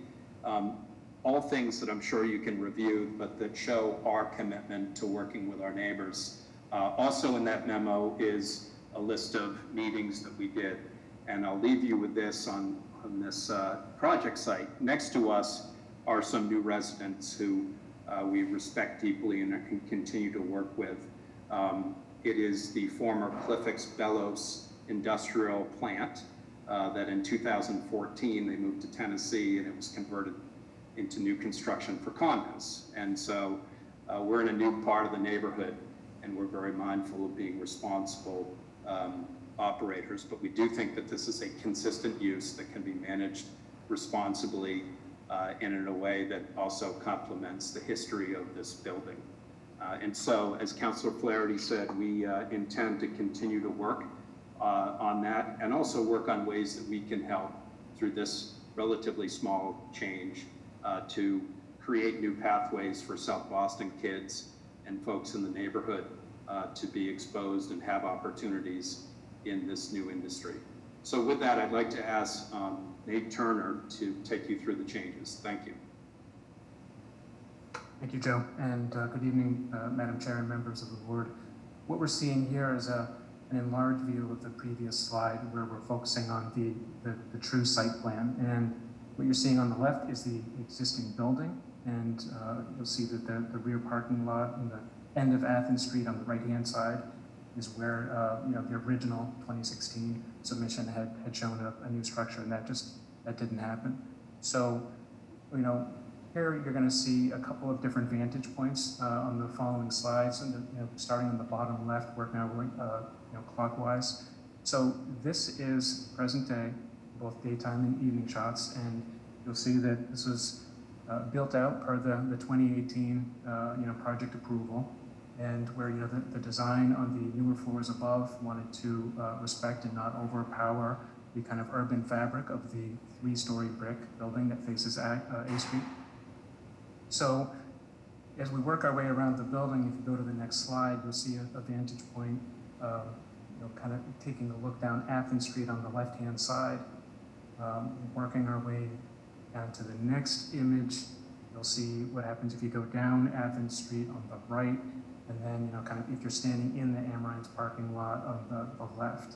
So taking a look at all 4 sides, it should help frame the scale of the building. So as we look at this, reminding ourselves that this was built for office use, and quickly segueing to the next slide, which is just kind of reminding people what Joe was talking about earlier on in the presentation about the impacts of the pandemic on CIEE and you know, how we got to here with this presentation. So aligning with phase 3, you know, they started off with an amazing, you know, outreach effort to kind of highlight what changes they would need to consider a different use. And if we go to the next slide, really it's summarized to keeping the existing building envelope all the way up to the roof level, dealing with a rooftop enclosure just to address the mechanical needs for a change in use, and then the actual formal change of use itself. So as we work our way to the next slide, you'll see that we, as part of the you know, conversations with the abutters, we had done the comparison showing, you know, what was approved and what would be needed, and kept them in the loop in terms of, you know, the sight lines, you know, would anything appear different, and to what extent. And you know, here was a diagram we used to talk about the differences in roof plan, and this kind of morphed into a conversation about, if you go to the next slide, you know, just what, you know, how much of the roof plan would be impacted. And again, reiterating what Joe said, we're talking about keeping the same roof enclosure height, trying to do the best we could with minimizing sightline impacts, and really keeping within the spirit of the original project approval. So I believe that is it in summary, wanting to respect time. But I guess at this point, maybe open it up to any questions, or Joe, do you have anything else formally you need to say in closing? That concludes our presentation, Madam Chair. Thank you very much. Okay, thank you. Thank you. That was very, very good context to all of this. At this point, I'll you know, take the chairwoman's privilege to Councillor Flynn, if you are still in attendance and want to give some comments, I welcome you. Thank you, Madam Chair, and to the members of the board for giving me the opportunity to speak tonight. I also want to say thank you to Steve Harvey for the professional job he did during the last couple of years on this project. Steve's very professional and does a great job working for the residents of the city. In recent decades, our city and state has become the hub of life sciences and biotech industry, with incredible investment, innovation, partnership among government, our world-class higher education and medical institutions in the private sector. I know Mike Monahan mentioned that, and I know Ted Landsmark mentioned that as well. As we've witnessed over the course of the COVID-19 pandemic, it will take this combination of talent, innovation, and technology that we're fortunate to have in our backyard to confront our challenges. Our life sciences and biotech partners will continue to play a key role in the City of Boston's recovery and bright future. At the same time, with approximately 20 proposals in District 2 relating to life sciences, the community process and long-term planning must be at the forefront of these discussions and a priority for Boston and its residents. Many of these proposals are also near residential areas, and my neighbors are naturally concerned about having their questions answered as it relates to public health and safety, noise, mechanicals, quality of life issues, trash, potential hazardous waste removal, if any. Following one project recently, it was deemed as of right in the South Boston waterfront, life sciences. I also called for a Boston City Council hearing with Councilor Flaherty on zoning and the public process as it relates to biolabs as well. I continue to believe that residents in a neighborhood deserve to have their voices heard in what takes place there. And just want to echo what Ted Landsmark was talking about earlier of the project that was discussed earlier in Chinatown. It's critical to make sure that residents' voices are heard and respected during the process. There is opposition, as Councilor Flaherty mentioned, from neighbors and abutters. And if this change of use is approved by the BPDA, which I also agree it should be approved, It is still critical that this community engagement continue to address outstanding issues prior to a hearing at the City of Boston Zoning Board. I know in good faith that the city will conduct a hearing on this before the ZBA. If not, I can also conduct a neighborhood hearing as well as the district city council. I'm committed to continuing to working with the BPDA and various city and state agencies to ensure that my neighbors' voices are heard and quality of life issues are taken serious. Our city council hearing on zoning and the community process for life science laboratories will take place on Tuesday, July 27th. I'm also scheduled to meet with industry representatives tomorrow, July 16th, to help inform my neighbors and I about potential projects, concerns about safety and the level of use, where the proposals are geared more towards research and development. Another critical area that I intend to address is when these proposals do in fact go through a thorough community process, when they complete their work with residents to improve the project and address safety and quality life issues, and they subsequently receive approval and permits. The question is, how do we connect the residents of the City of Boston to employment, educational, and training opportunities in the life sciences and biotech fields? That is a critical area for the city. Myself and Councilor Frank Baker of Dorchester, both of us called for a hearing recently on workforce development as it relates to the life sciences and biotech industry. I want to make sure residents in my district and across the city, residents of South Boston, residents of Roxbury in the South End and Chinatown, Mattapan and West Roxbury have the same opportunities to engage in this employment and training as other kids from wealthy communities.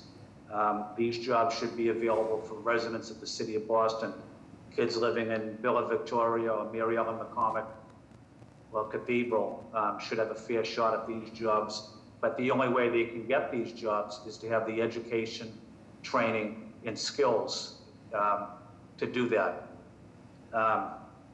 While we are thankful for the significant benefits that this industry has brought and will continue to bring our city and state, challenges and concerns remain about the ability for our residents, students, and young people to break into these fields and access the jobs of today and tomorrow.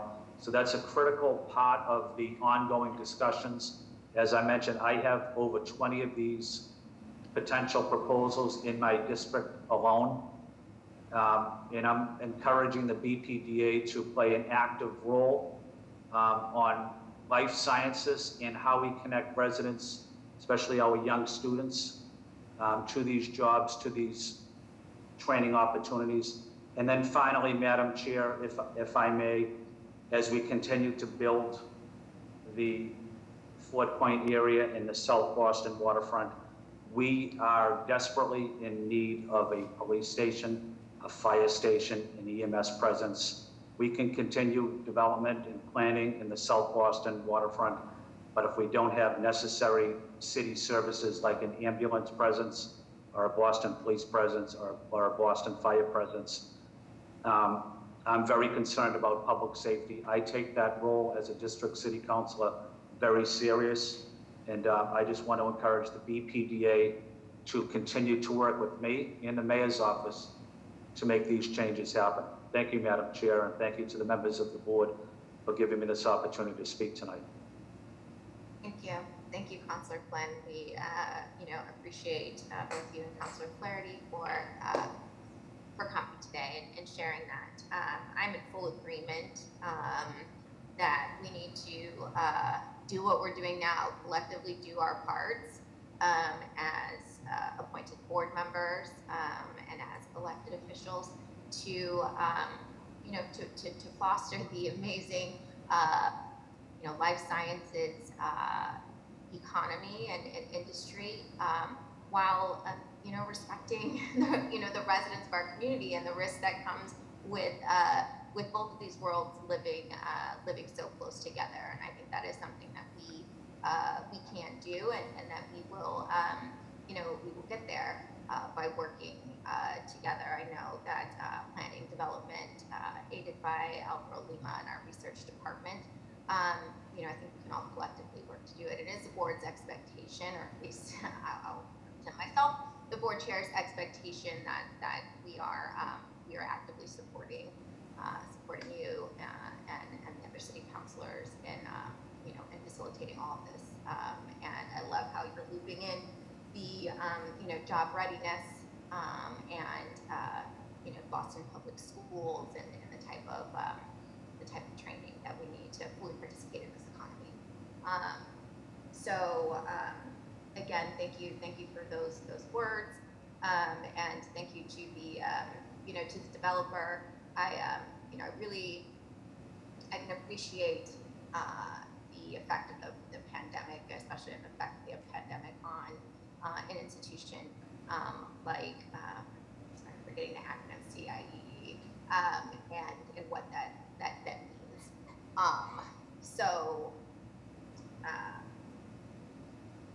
So I think the agreement that we do expect to be honored of having additional public meetings, additional conversations with concerned residents, for that to happen prior to the zoning board meeting to ask for those variances. You know, we will trust that you will honor that, because I do think that is very necessary here in this situation. But again, don't want to delay, which we can and we have, right? As you've seen earlier in the night, for not really completing the, you know, meeting the objective of the public process and you know, when it comes to a project change like this. So, yeah, okay. Questions or comments from the board? I have an observation. Oh my God. Oh, go ahead, Mr. All right. Wilson. Well, I do have an observation. First of all, Councilor Flynn and Councilor Flaherty, I appreciate your hard work for our community, and I know these things are difficult. We're always going to have some opponents, so these are certainly not easy issues. I appreciate your leadership. And as I look, we've gone from rivets in this building to life sciences. I've got some catching up to do so I can make the best decisions.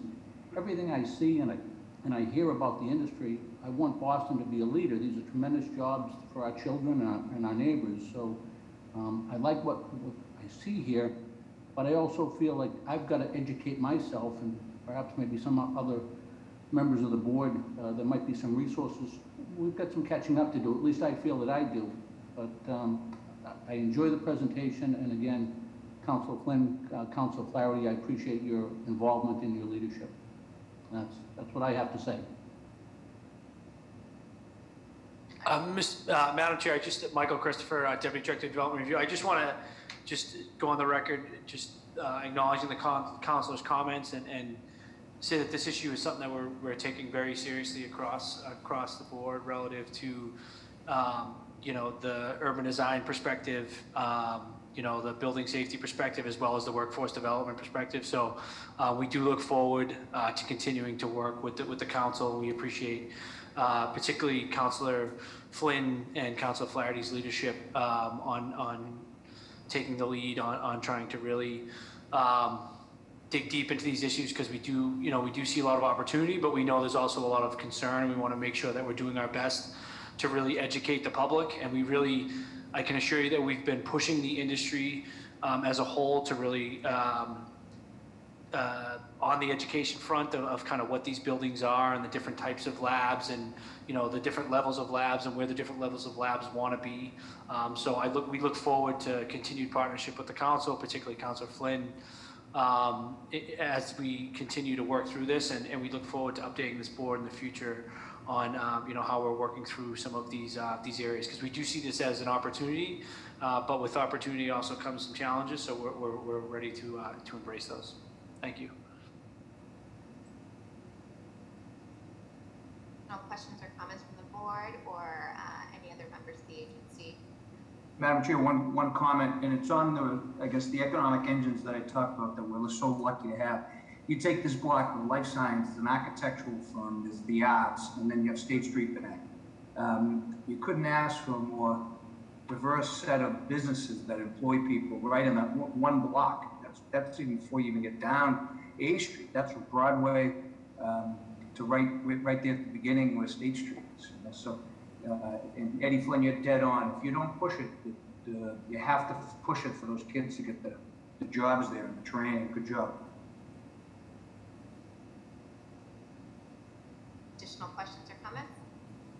Madam Chair, I just want to acknowledge that there are a couple of people who have their hands up, and I just want to remind folks that this is not a public hearing. It is not open to public comment.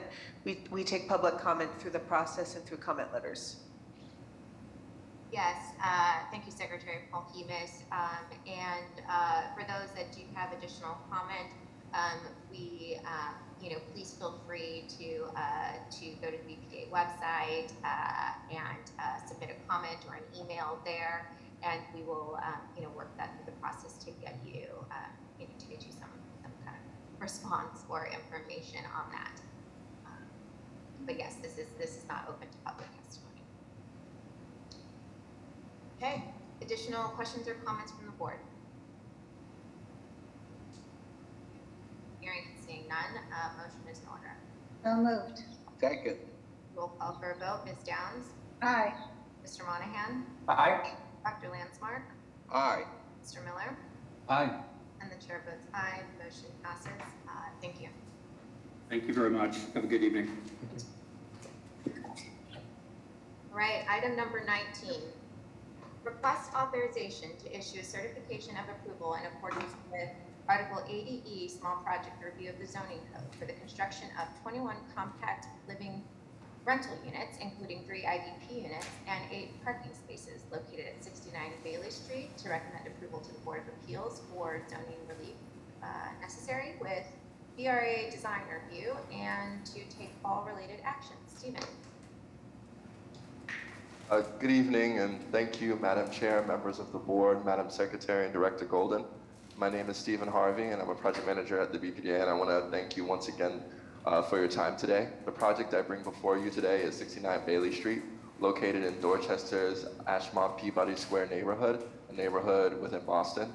On January 22nd, 2020, the Boston Planning and Development Agency received a small project review application for the proponent.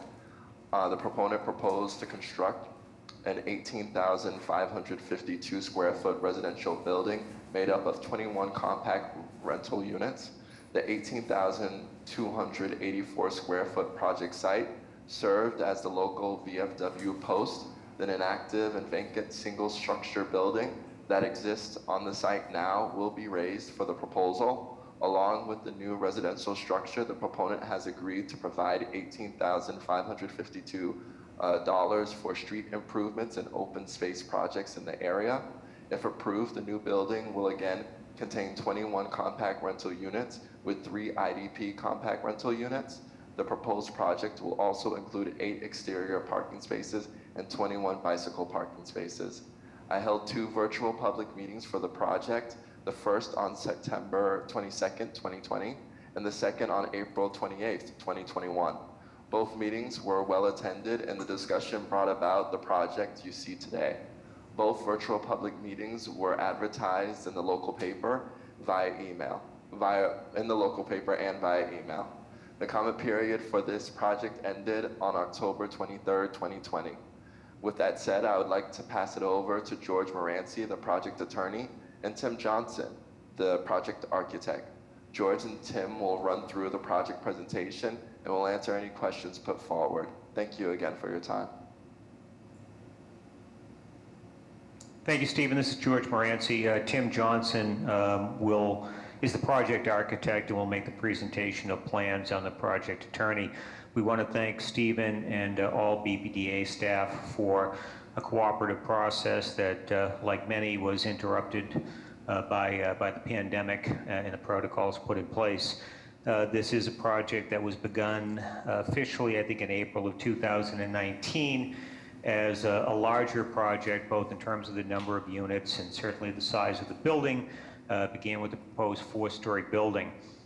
We have worked, by we, I mean, under the guidance of Stephen, project architect Tim Johnson, our clients David Murphy and Jim Kelleher, and assisted quite ably by Catherine O'Neill through the community process, which has been extensive and ongoing until only very recently. We have made a lot of progress working with the community to reduce the project from what was originally proposed by 30% in terms of its FAR and density, to reduce the number of units, to reduce the size of the building from 4 stories to 3, and still winding up with a project that is in a residential neighborhood in close proximity to rapid transit and Ashmont Peabody Square, but also respecting the scale and the architectural character of the surrounding neighborhood, as I think we'll see once Tim Johnson presents the plans. And Stephen mentioned that there were 2 Article 80 BPDA sponsored public meetings, and that was part of a concerted effort to get as many neighbors on board as possible, including some direct abutters, and I believe that we succeeded in that. While not everybody may be in favor of the building and the project, it is still, I would suggest, a great reuse of the site, which again is just an abandoned former VFW post. And the new building still occupies well less than half of the ground area of the site, and even the portion of the site that is not occupied by the building is itself more than 50% landscape green space. So without further prolonging, I'll turn it over to Tim Johnson, the project architect, to go through the plans. Tim? Thank you, George. Thank you, Stephen. Madam Chair, Director Golden, members of the board, the proposed project will consist of a new 3-story residential building on an 18,280 square foot lot with minimal parking and 7,200 square feet of open space for outdoor enjoyment. The building will replace a 1-story masonry building of non-conforming use and parking lot. The proposed 21-unit building will add to the mix of 1, 2, 3, and multifamily housing at this end of Bailey Street near its intersection with Dorchester Ave. Next slide, please. The site is located within a 5-minute walk of Ashmont Transit Station and a 10-minute walk to the nearest commercial center, Peabody Square. Next slide, please. Multiple modes of transportation are available to businesses and residents at this intersection of the Red Line and Dorchester Avenue, including trains, buses, zip cars, bikes, foot, and private automobiles. Next slide, please. The project complies with the CLP program, whose purpose is to increase housing density with minimal parking within a 5-minute walk of multiple mode transit hubs. Next slide, please. I'm sorry, was the landscape plan next?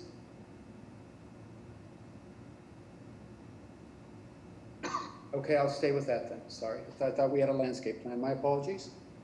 Contextually, the 3-story building takes its design cues from the surrounding housing stock. Building set back from the street 10 to 15 feet, multiple units facing the street, symbolized by bay windows and recessed balconies, narrow driveways to small rear parking areas, and large backyards. Unfortunately, our landscape plan is not shown here, but we did submit a landscape plan which will provide ample patio and outdoor areas. The landscape plan shown here will provide patio and lawn areas for residents and native trees, shrubs, ground cover for birds and insects. Next slide, please. In terms of massing, the project was downsized, as George Moranci mentioned, from one story, from 4 stories down to 3 stories, and from 29 units down to 21 units via neighborhood input. The proposed 3-story building displays familiar residential elements. a mansard roof with dormers, bay windows, recessed balconies, and a sequence of columns. Next slide, please. All elements work together in concert to visually break down the building's massing. Next slide, please. Next slide, please. Next slide, please. The green aspects of the project include all electric service to the building, no fossil fuel services, a highly insulated exterior shell, which is going to minimize heating and cooling loads because we will be using high efficiency heat pumps for heating and cooling.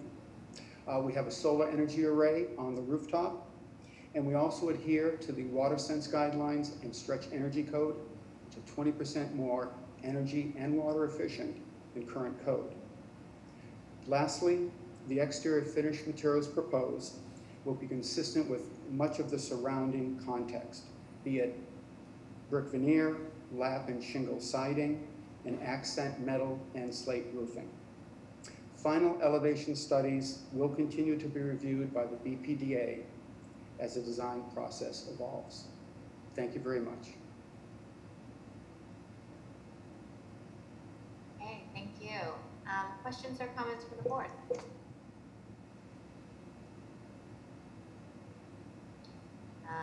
Okay, I just want to say that I really like the design of that. So like, way to go. I like that so much better than some of the like boxy things. So it's nice to not have to, you know, suggest that it needs more design review like we have in the past. So just cool looking development. Thank you, Madam Chair. All right. So if there are no questions, a motion is in order. So moved. Second, it's a beautiful piece of work. Yeah, I like it. Roll call for a vote. Ms. Downs? Aye. Mr. Monahan? Aye. Dr. Lansmore? Aye. Mr. Miller? Aye. And the chair votes aye. Motion passes. Congratulations, good luck, and thank you. Thank you. Great, thank you. Good night. Good night. Okay. Item number 20. Request authorization to issue a certificate of completion pursuant to section 304 of the land disposition agreement with June Howe, M. Joy Paulson, and Dana L. Wade for parcel 1C located on Fisher Avenue. Chris. Thank you. Thank you, Madam Chair, members of the board, Madam Secretary, Director Golden. My name is Chris Breen. I'm the Urban Renewal Manager. And before you, as was stated, this is a request to issue a certificate of completion pursuant to a land disposition agreement along Fisher Avenue, located in Boston. The project, once known as 126 to 128 Fisher Ave, consists of two parcels collectively known as Parcel 1C, which totals about 8,303 square feet of land. It was personally inspected by BPDA staff. I can confirm the parcel contained a residential building and an adjacent lot containing open space, parking, and a fenced-in sort of landscape backyard, all according to the LDA. Let me know if you have any questions. And if not, I would just like to just put it on record, just to say goodbye to two of my dear friends, Raul DeBerge and Sonal Gandhi. They've done amazing work in the city, and they've certainly affected my life for the better. And I will miss them, and I'll forever be there for them. Thank you. I think we're all feeling that today. Okay, any questions or comments from the board? Hearing and seeing none, a motion is in order. So moved. Second. Roll call for a vote. Ms. Downs? Aye. Mr. Monahan? Aye. Dr. Lansmore? Aye. Mr. Miller? Aye. And the chair votes aye. Motion passes. Thank you, Chris. Okay, so we're gonna move forward to item number 23. Request authorization to accept $300,143 from the U.S. Department of Agriculture for service, the Softwood Lumber Board, and the Climate Works Foundation to support a mass timber cross-laminated timber technical assistance grant program and to enter into grant agreements. John. Thank you, Madam Chairman, members of the board. It's a pleasure to partner with the U.S. Forest Service and their industry partners to bring new practices to Boston. I think we saw with the 69A Street project, the introduction of mass timber construction strategies as part of that. It's an emerging practice in Boston that has great promise for reducing carbon emissions and is likely to become a key part of our carbon reduction and carbon neutral strategies for the city of Boston. Next slide, please. Just a few points to inform the board of some of the benefits of cross-laminated mass timber. While we focus a great deal of our carbon reduction efforts on the emissions associated from building operations, 23% of our annual carbon emissions are from the construction of buildings. So steel, concrete, aluminum, all the materials that go into buildings. Next slide, please. Mass timber, as it's being referred to in industry practices, is really engineered structural elements made of wood. In terms of assembly, it's probably easiest to think of them as being like steel components, columns and beams that are prefabricated, brought to a site, and assembled on site, very much as we would a steel building. These products, though, are made of engineered lumber, smaller pieces glued together so that they have a far greater predictability about their structural performance. And they do retain a lot of their original beauty. Next slide, please. They're not exclusive to wood buildings either. We're seeing practices where we can combine steel, concrete, and wood to optimize how we best construct buildings. The bar chart, though, is illustrative of the goals that we're trying to achieve. By utilizing timber for structural elements in buildings, we can cut carbon emissions associated with those building materials by half. So there's a significant opportunity here. The goal of the grant program is to assist projects that are coming through our pipeline that are in the early stages of planning, to assess these kinds of strategies, to design them into their buildings, and to ultimately build with these kinds of materials.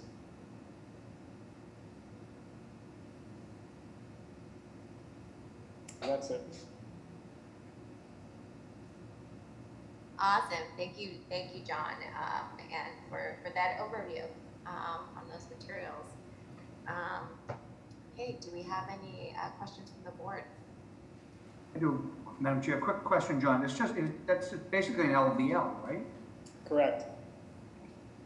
Now imagine many more varieties as well as columns. Thank you. Additional questions or comments? Very interesting. Hearing and seeing none, a motion is in order. So moved. Second. A roll call for a vote. Ms. Downs? Aye. Mr. Monahan? Aye. Dr. Lansmore? Aye. Mr. Miller? Aye. And the chair votes aye. Motion passes. Thank you. Item number 24, request authorization to disperse $250,000 to 7 community organizations and childcare providers from the 33 Arch Street project childcare contribution and to enter into grant agreements. Good evening, Madam Chair, members of the board, Director Golden, Madam Secretary. As you mentioned, I'm here tonight to request authorization to disperse $250,000 to organizations all throughout the city that will provide childcare facilities and/or expand existing childcare services. The BPDA partnered with the Mayor's Office of Women's Advancement for this funding process. We received 26 applications from 26 organizations, and 7 organizations are recommended to receive funding through this process, the details of which are in your board memo. I'm happy to answer any questions you may have at this point. Questions or comments?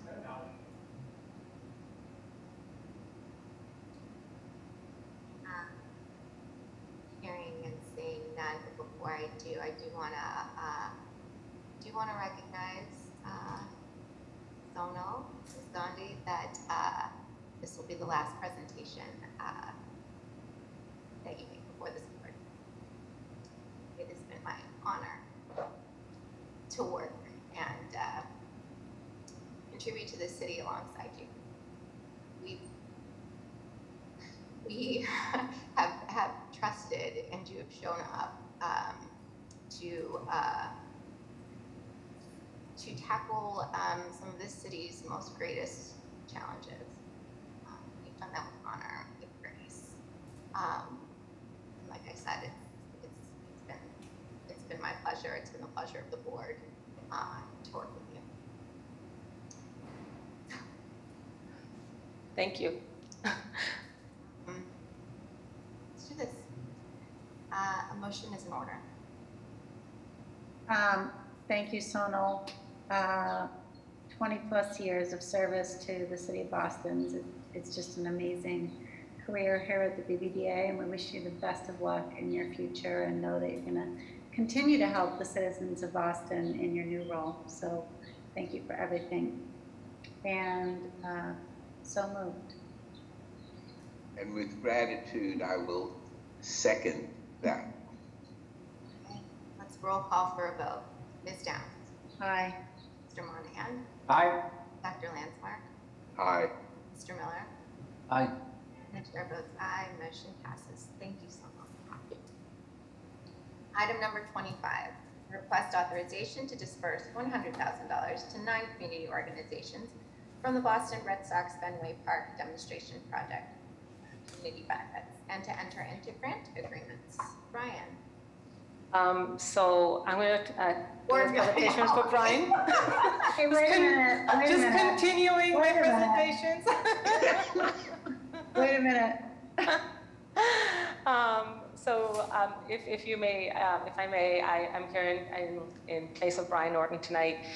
Good evening, Madam Chair. Again, members of the board, Director Golden, Madam Secretary. As you mentioned, we're here to request authorization to disperse $100,000 from the Fenway Park Demonstration Project Community Benefits Fund. 13 applications were received for this round, and we're entering into agreements with 9 applicants, details of which are in your board memo. All right. Questions or comments from the board? Hearing and seeing none, a motion is in order. So moved. Second. Roll call for a vote. Ms. Downs. Aye. Mr. Monahan. Aye. Dr. Landsmark. Aye. Mr. Miller. Aye. And the chair votes aye. Motion passes. Item number 26. Thank you. And if I may say so, I thank you so much for your kind words and for your support.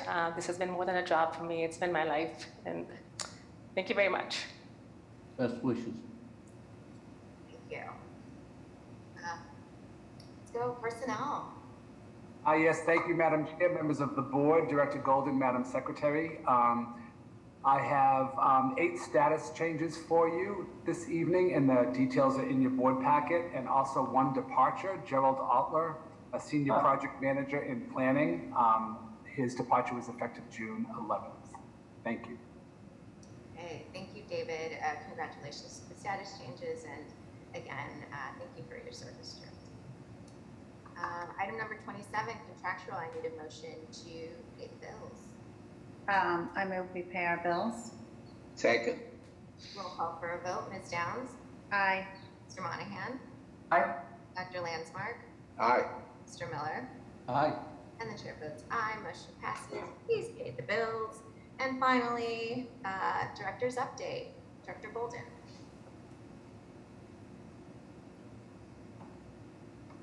Good evening, Madam Chair, and through you to the members.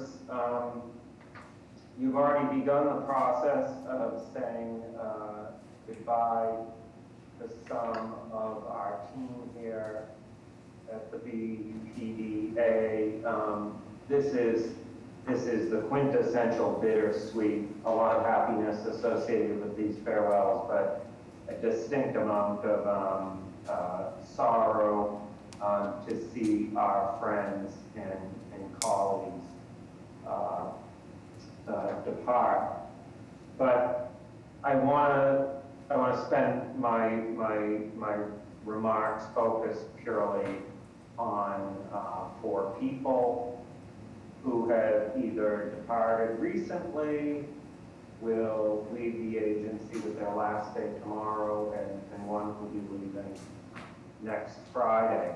They're all people who've been here quite a while, and between 10 years and 20 years made really significant contributions to the planned environment, the built environment, and in their work has yielded benefits for Bostonians all along the socioeconomic spectrum, and I want to salute the major contributions they've made to this city. First, Gerald Otler departed last month. At the end of June, Gerald moved over to the state's Department of Conservation and Recreation. He was a senior project manager and planner here at the agency. He was a part of this team since 2004. In more than 16 years, Gerald's portfolio of work covered a range of important and deeply meaningful initiatives and projects. He worked on transportation and infrastructure planning, and he managed institutional master plans for many of the major universities in this city over a significant number of years. Those IMPs, the institutional master plans, included those for Suffolk University, the Berklee College of Music, the New England Conservatory, Boston Conservatory, Boston College, Harvard University, Northeastern University, and the Massachusetts College of Pharmacy and Health Sciences. Gerald brought keen intelligence and an unflappable demeanor to every activity he participated in the most challenging circumstances. Gerald was always even-keeled, focused on respectful dialogue and positive outcomes, and he did it with a fantastic sense of humor, both in the neighborhoods and here at City Hall. That sense of humor is one of the things I will miss most about him. Gerald added so much life to this organization and to the city of Boston and its built environment. We thank him and wish him and his family well. We've begun the process of saying farewell to Raul. Raul DeVerge is departing after 10 years at the agency. He started here as an intern and worked his way up the ranks to senior project manager, where he served as the project manager for some of the most complex projects we worked on at this agency. Really sophisticated stuff, including the biggest project that ever passed through here, Suffolk Downs at 10 million square feet. Other projects included South Bay expansion, One Charlestown, the Harrison Albany block, the Hood Park master plan, and 144 Addison Street. Raul served as a key contributor in the planning realm as well, participated in several planning and policy initiatives, including Plan Glover's in Dorchester, Plan Newmarket, and the BPDA's recently adopted, very forward-thinking language access plan. Raul has been a wonderful friend, a collaborative teammate to so many here at the agency. We wish Raul the best of luck. We were thrilled we were able to spend a decade of his professional career with him and wish him well in the journey ahead. Sonal Gandhi, Sonal's last day is tomorrow.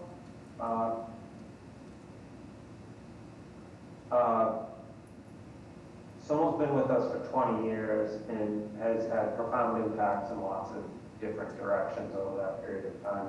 Very difficult to sum it all up, but she began her career here as a senior project manager in 2001, primarily focused on Article 80 and institutional master plan processes for the hospitals in the Longwood medical area. Her efforts in permitting LMA projects advanced the growth of Boston's life science and healthcare sector, educational, medical institutions, and she significantly, really drilling down to the direct human impacts of these projects, she significantly improved patient experiences and access to healthcare to the betterment of not just the people of Boston, not just the people of the metropolitan Boston area, but really to people who come to the LMA and to seek treatment in Boston's healthcare institutions from all over the world. We all know the LMA punches above its weight when you look at just that few block area and all the brain power, all the innovation, all the contributions to human well-being that occur in those few blocks. Sonal had a significant hand in so much of it and helping it to become what it is today for people who benefit throughout the globe. Beginning in 2014, Sonal helped shape the organizational transformation of this agency. Her efforts resulted in a more transparent, equitable, and inclusive organization, both with regard to the way we do our business internally in this 250-person workforce, as well as in our external planning and development and workforce training functions. She's provided important leadership on the coordination of major economic development legislation, codification of important policies in the zoning code for the city of Boston, including first in the nation policies, and most recently, the code provision regarding affirmatively furthering fair housing. We are the first city in America to adopt this visionary program, and Sonal spent day after day for weeks and months to get it in a place where it could be broadly embraced by City Hall, all the necessary bureaucracies put into effect and beginning to yield dividends and benefits for the people of Boston right now. We're so proud of that work here at this agency. We're so proud of Sonal's role in it. Sonal has always been a willing colleague and teammate on the most complex of projects and policies. Her positive attitude, her cheerful demeanor, her smile, her sense of humor will be dearly missed by all of us. We wish Sonal the best of luck in all her future efforts, and especially in her new role as Vice President of Real Estate Planning and Construction at Brigham and Women's Hospital in the Longwood medical area. She'll be assuming those duties in just a couple of weeks. Finally, John Greeley will be leaving the agency next Friday, still a week to go. Time to say an official public goodbye to him. He is, of course, our Director of Development Review for more than 6 years. He'll be leaving the agency after serving it and the people of Boston for more than 14 years. He began his career as a planner, sitting in the group of fairly nondescript but deeply impactful cubicles just down the hall from where I'm sitting now. We refer to it as the shipyard. John started in one of those cubicles. He was a talented planner, an extremely hard worker, a consensus builder inside the agency and out in the neighborhoods among a whole variety of stakeholders and competing interests. John guided to fruition some of the agency's most high-profile and complex projects, including those in the Fenway, the Seaport, Downtown, West End, Back Bay Air Rights, Winthrop Square, and Suffolk Downs. Through long hours and dedication for multiple years, John developed deep relationships both with community members and development proponents and colleagues in other departments here within city government and state government. He built trust and understanding in so much of his work. His ability to make connections with people of all walks of life will be missed by all of us at the BPDA. He was such an important part of this agency sending a message that the development piece of our operation, the planning piece of our operation, could work well in a systemized manner, week after week, collaborating to make sure that development review was always informed by sound planning principles. So not only were we doing a lot of planning over the past several years here at this agency throughout the city, and that work continues, but we were making sure that every time an Article 80 project was going through the process, often making its way to its final destination for a vote before this board, that it was always consistently throughout the multi-month process associated with every Article 80 that sound planning principles were being understood, were being heard, were being incorporated into the Article 80 planning and the Article 80 decision-making that ultimately occurred. So we thought it was really important to send a message at that time, 2014, 2015, as we're going through these reform efforts. John accepted his position in the middle of 2015. And what better way to communicate the importance, the significance of planning than by taking someone who'd been spending several years of his career in planning and move him into the leadership role in development. Thought that sent an important message inside the agency and sent an important message to stakeholders outside about the importance that this agency would place forevermore on planning as it relates to development. Now, while most of John Greeley's colleagues would credit him for bringing the agency's dress code to a higher, more innovative level, more creative level than might be the norm, what we will truly and sincerely miss most about John is his leadership and passionate dedication to the city of Boston and its people. Nothing emphasized this more, interestingly, than John's willingness to jump in and help lead the city's food distribution operation for much of 2020 during the COVID pandemic. It had nothing to do with the job here at this agency, the job he was hired to do, but John and a whole lot of folks from the BPDA and city government agencies writ large rolled up their sleeves and responded to the city's needs, the needs of its people, vulnerable populations who were confronting food insecurity.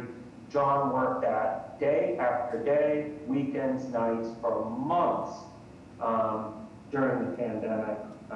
It tells you something about his commitment to this city and to go beyond the job description and do what's right, do what's necessary for the good of all Bostonians. We'll miss him, and we wish him the best in the journey ahead. So thank you to Raul, thank you to Sonal, thank you to Gerald, and thank you to Jonathan for their commitment to the well-being of Boston and all of its people. They helped to create one of the great cities of their world, and their contributions will pay dividends for generations to come. So with that, good night, and look forward to seeing you again soon. Thank you, Director Golden. And we missed the opportunity to shower you, John, with our praise. But yeah, thank you so much. And we will, we're going to greatly miss you all. But one of the things that I'm so hopeful about is that I've seen each and every one of you build your teams, teach your teams, develop your teams, and give them opportunities to grow, and under your leadership. And with that, I hope you know and you leave proud of all the work that you've done, but also the people and the careers and the lives that you've helped change. And so while it's sad for us and bittersweet to see you all go, we wish you the best of luck. And then we know, again, under Director Golden, your leadership, that we have the next generation kind of coming up to continue the great work that you've all done. So with that, again, thank you very much. And I believe a motion is in order to adjourn this meeting. I move we adjourn this meeting. Second. Okay, roll call for a vote. Ms. Downs? Aye. Mr. Monahan? Aye. Dr. Landsmark? Aye. Mr. Miller? Aye. And the chair votes aye. Motion passes. Meeting adjourned. Thank you all. Stay safe. Enjoy the summer. We'll see you next month. Good night, everybody.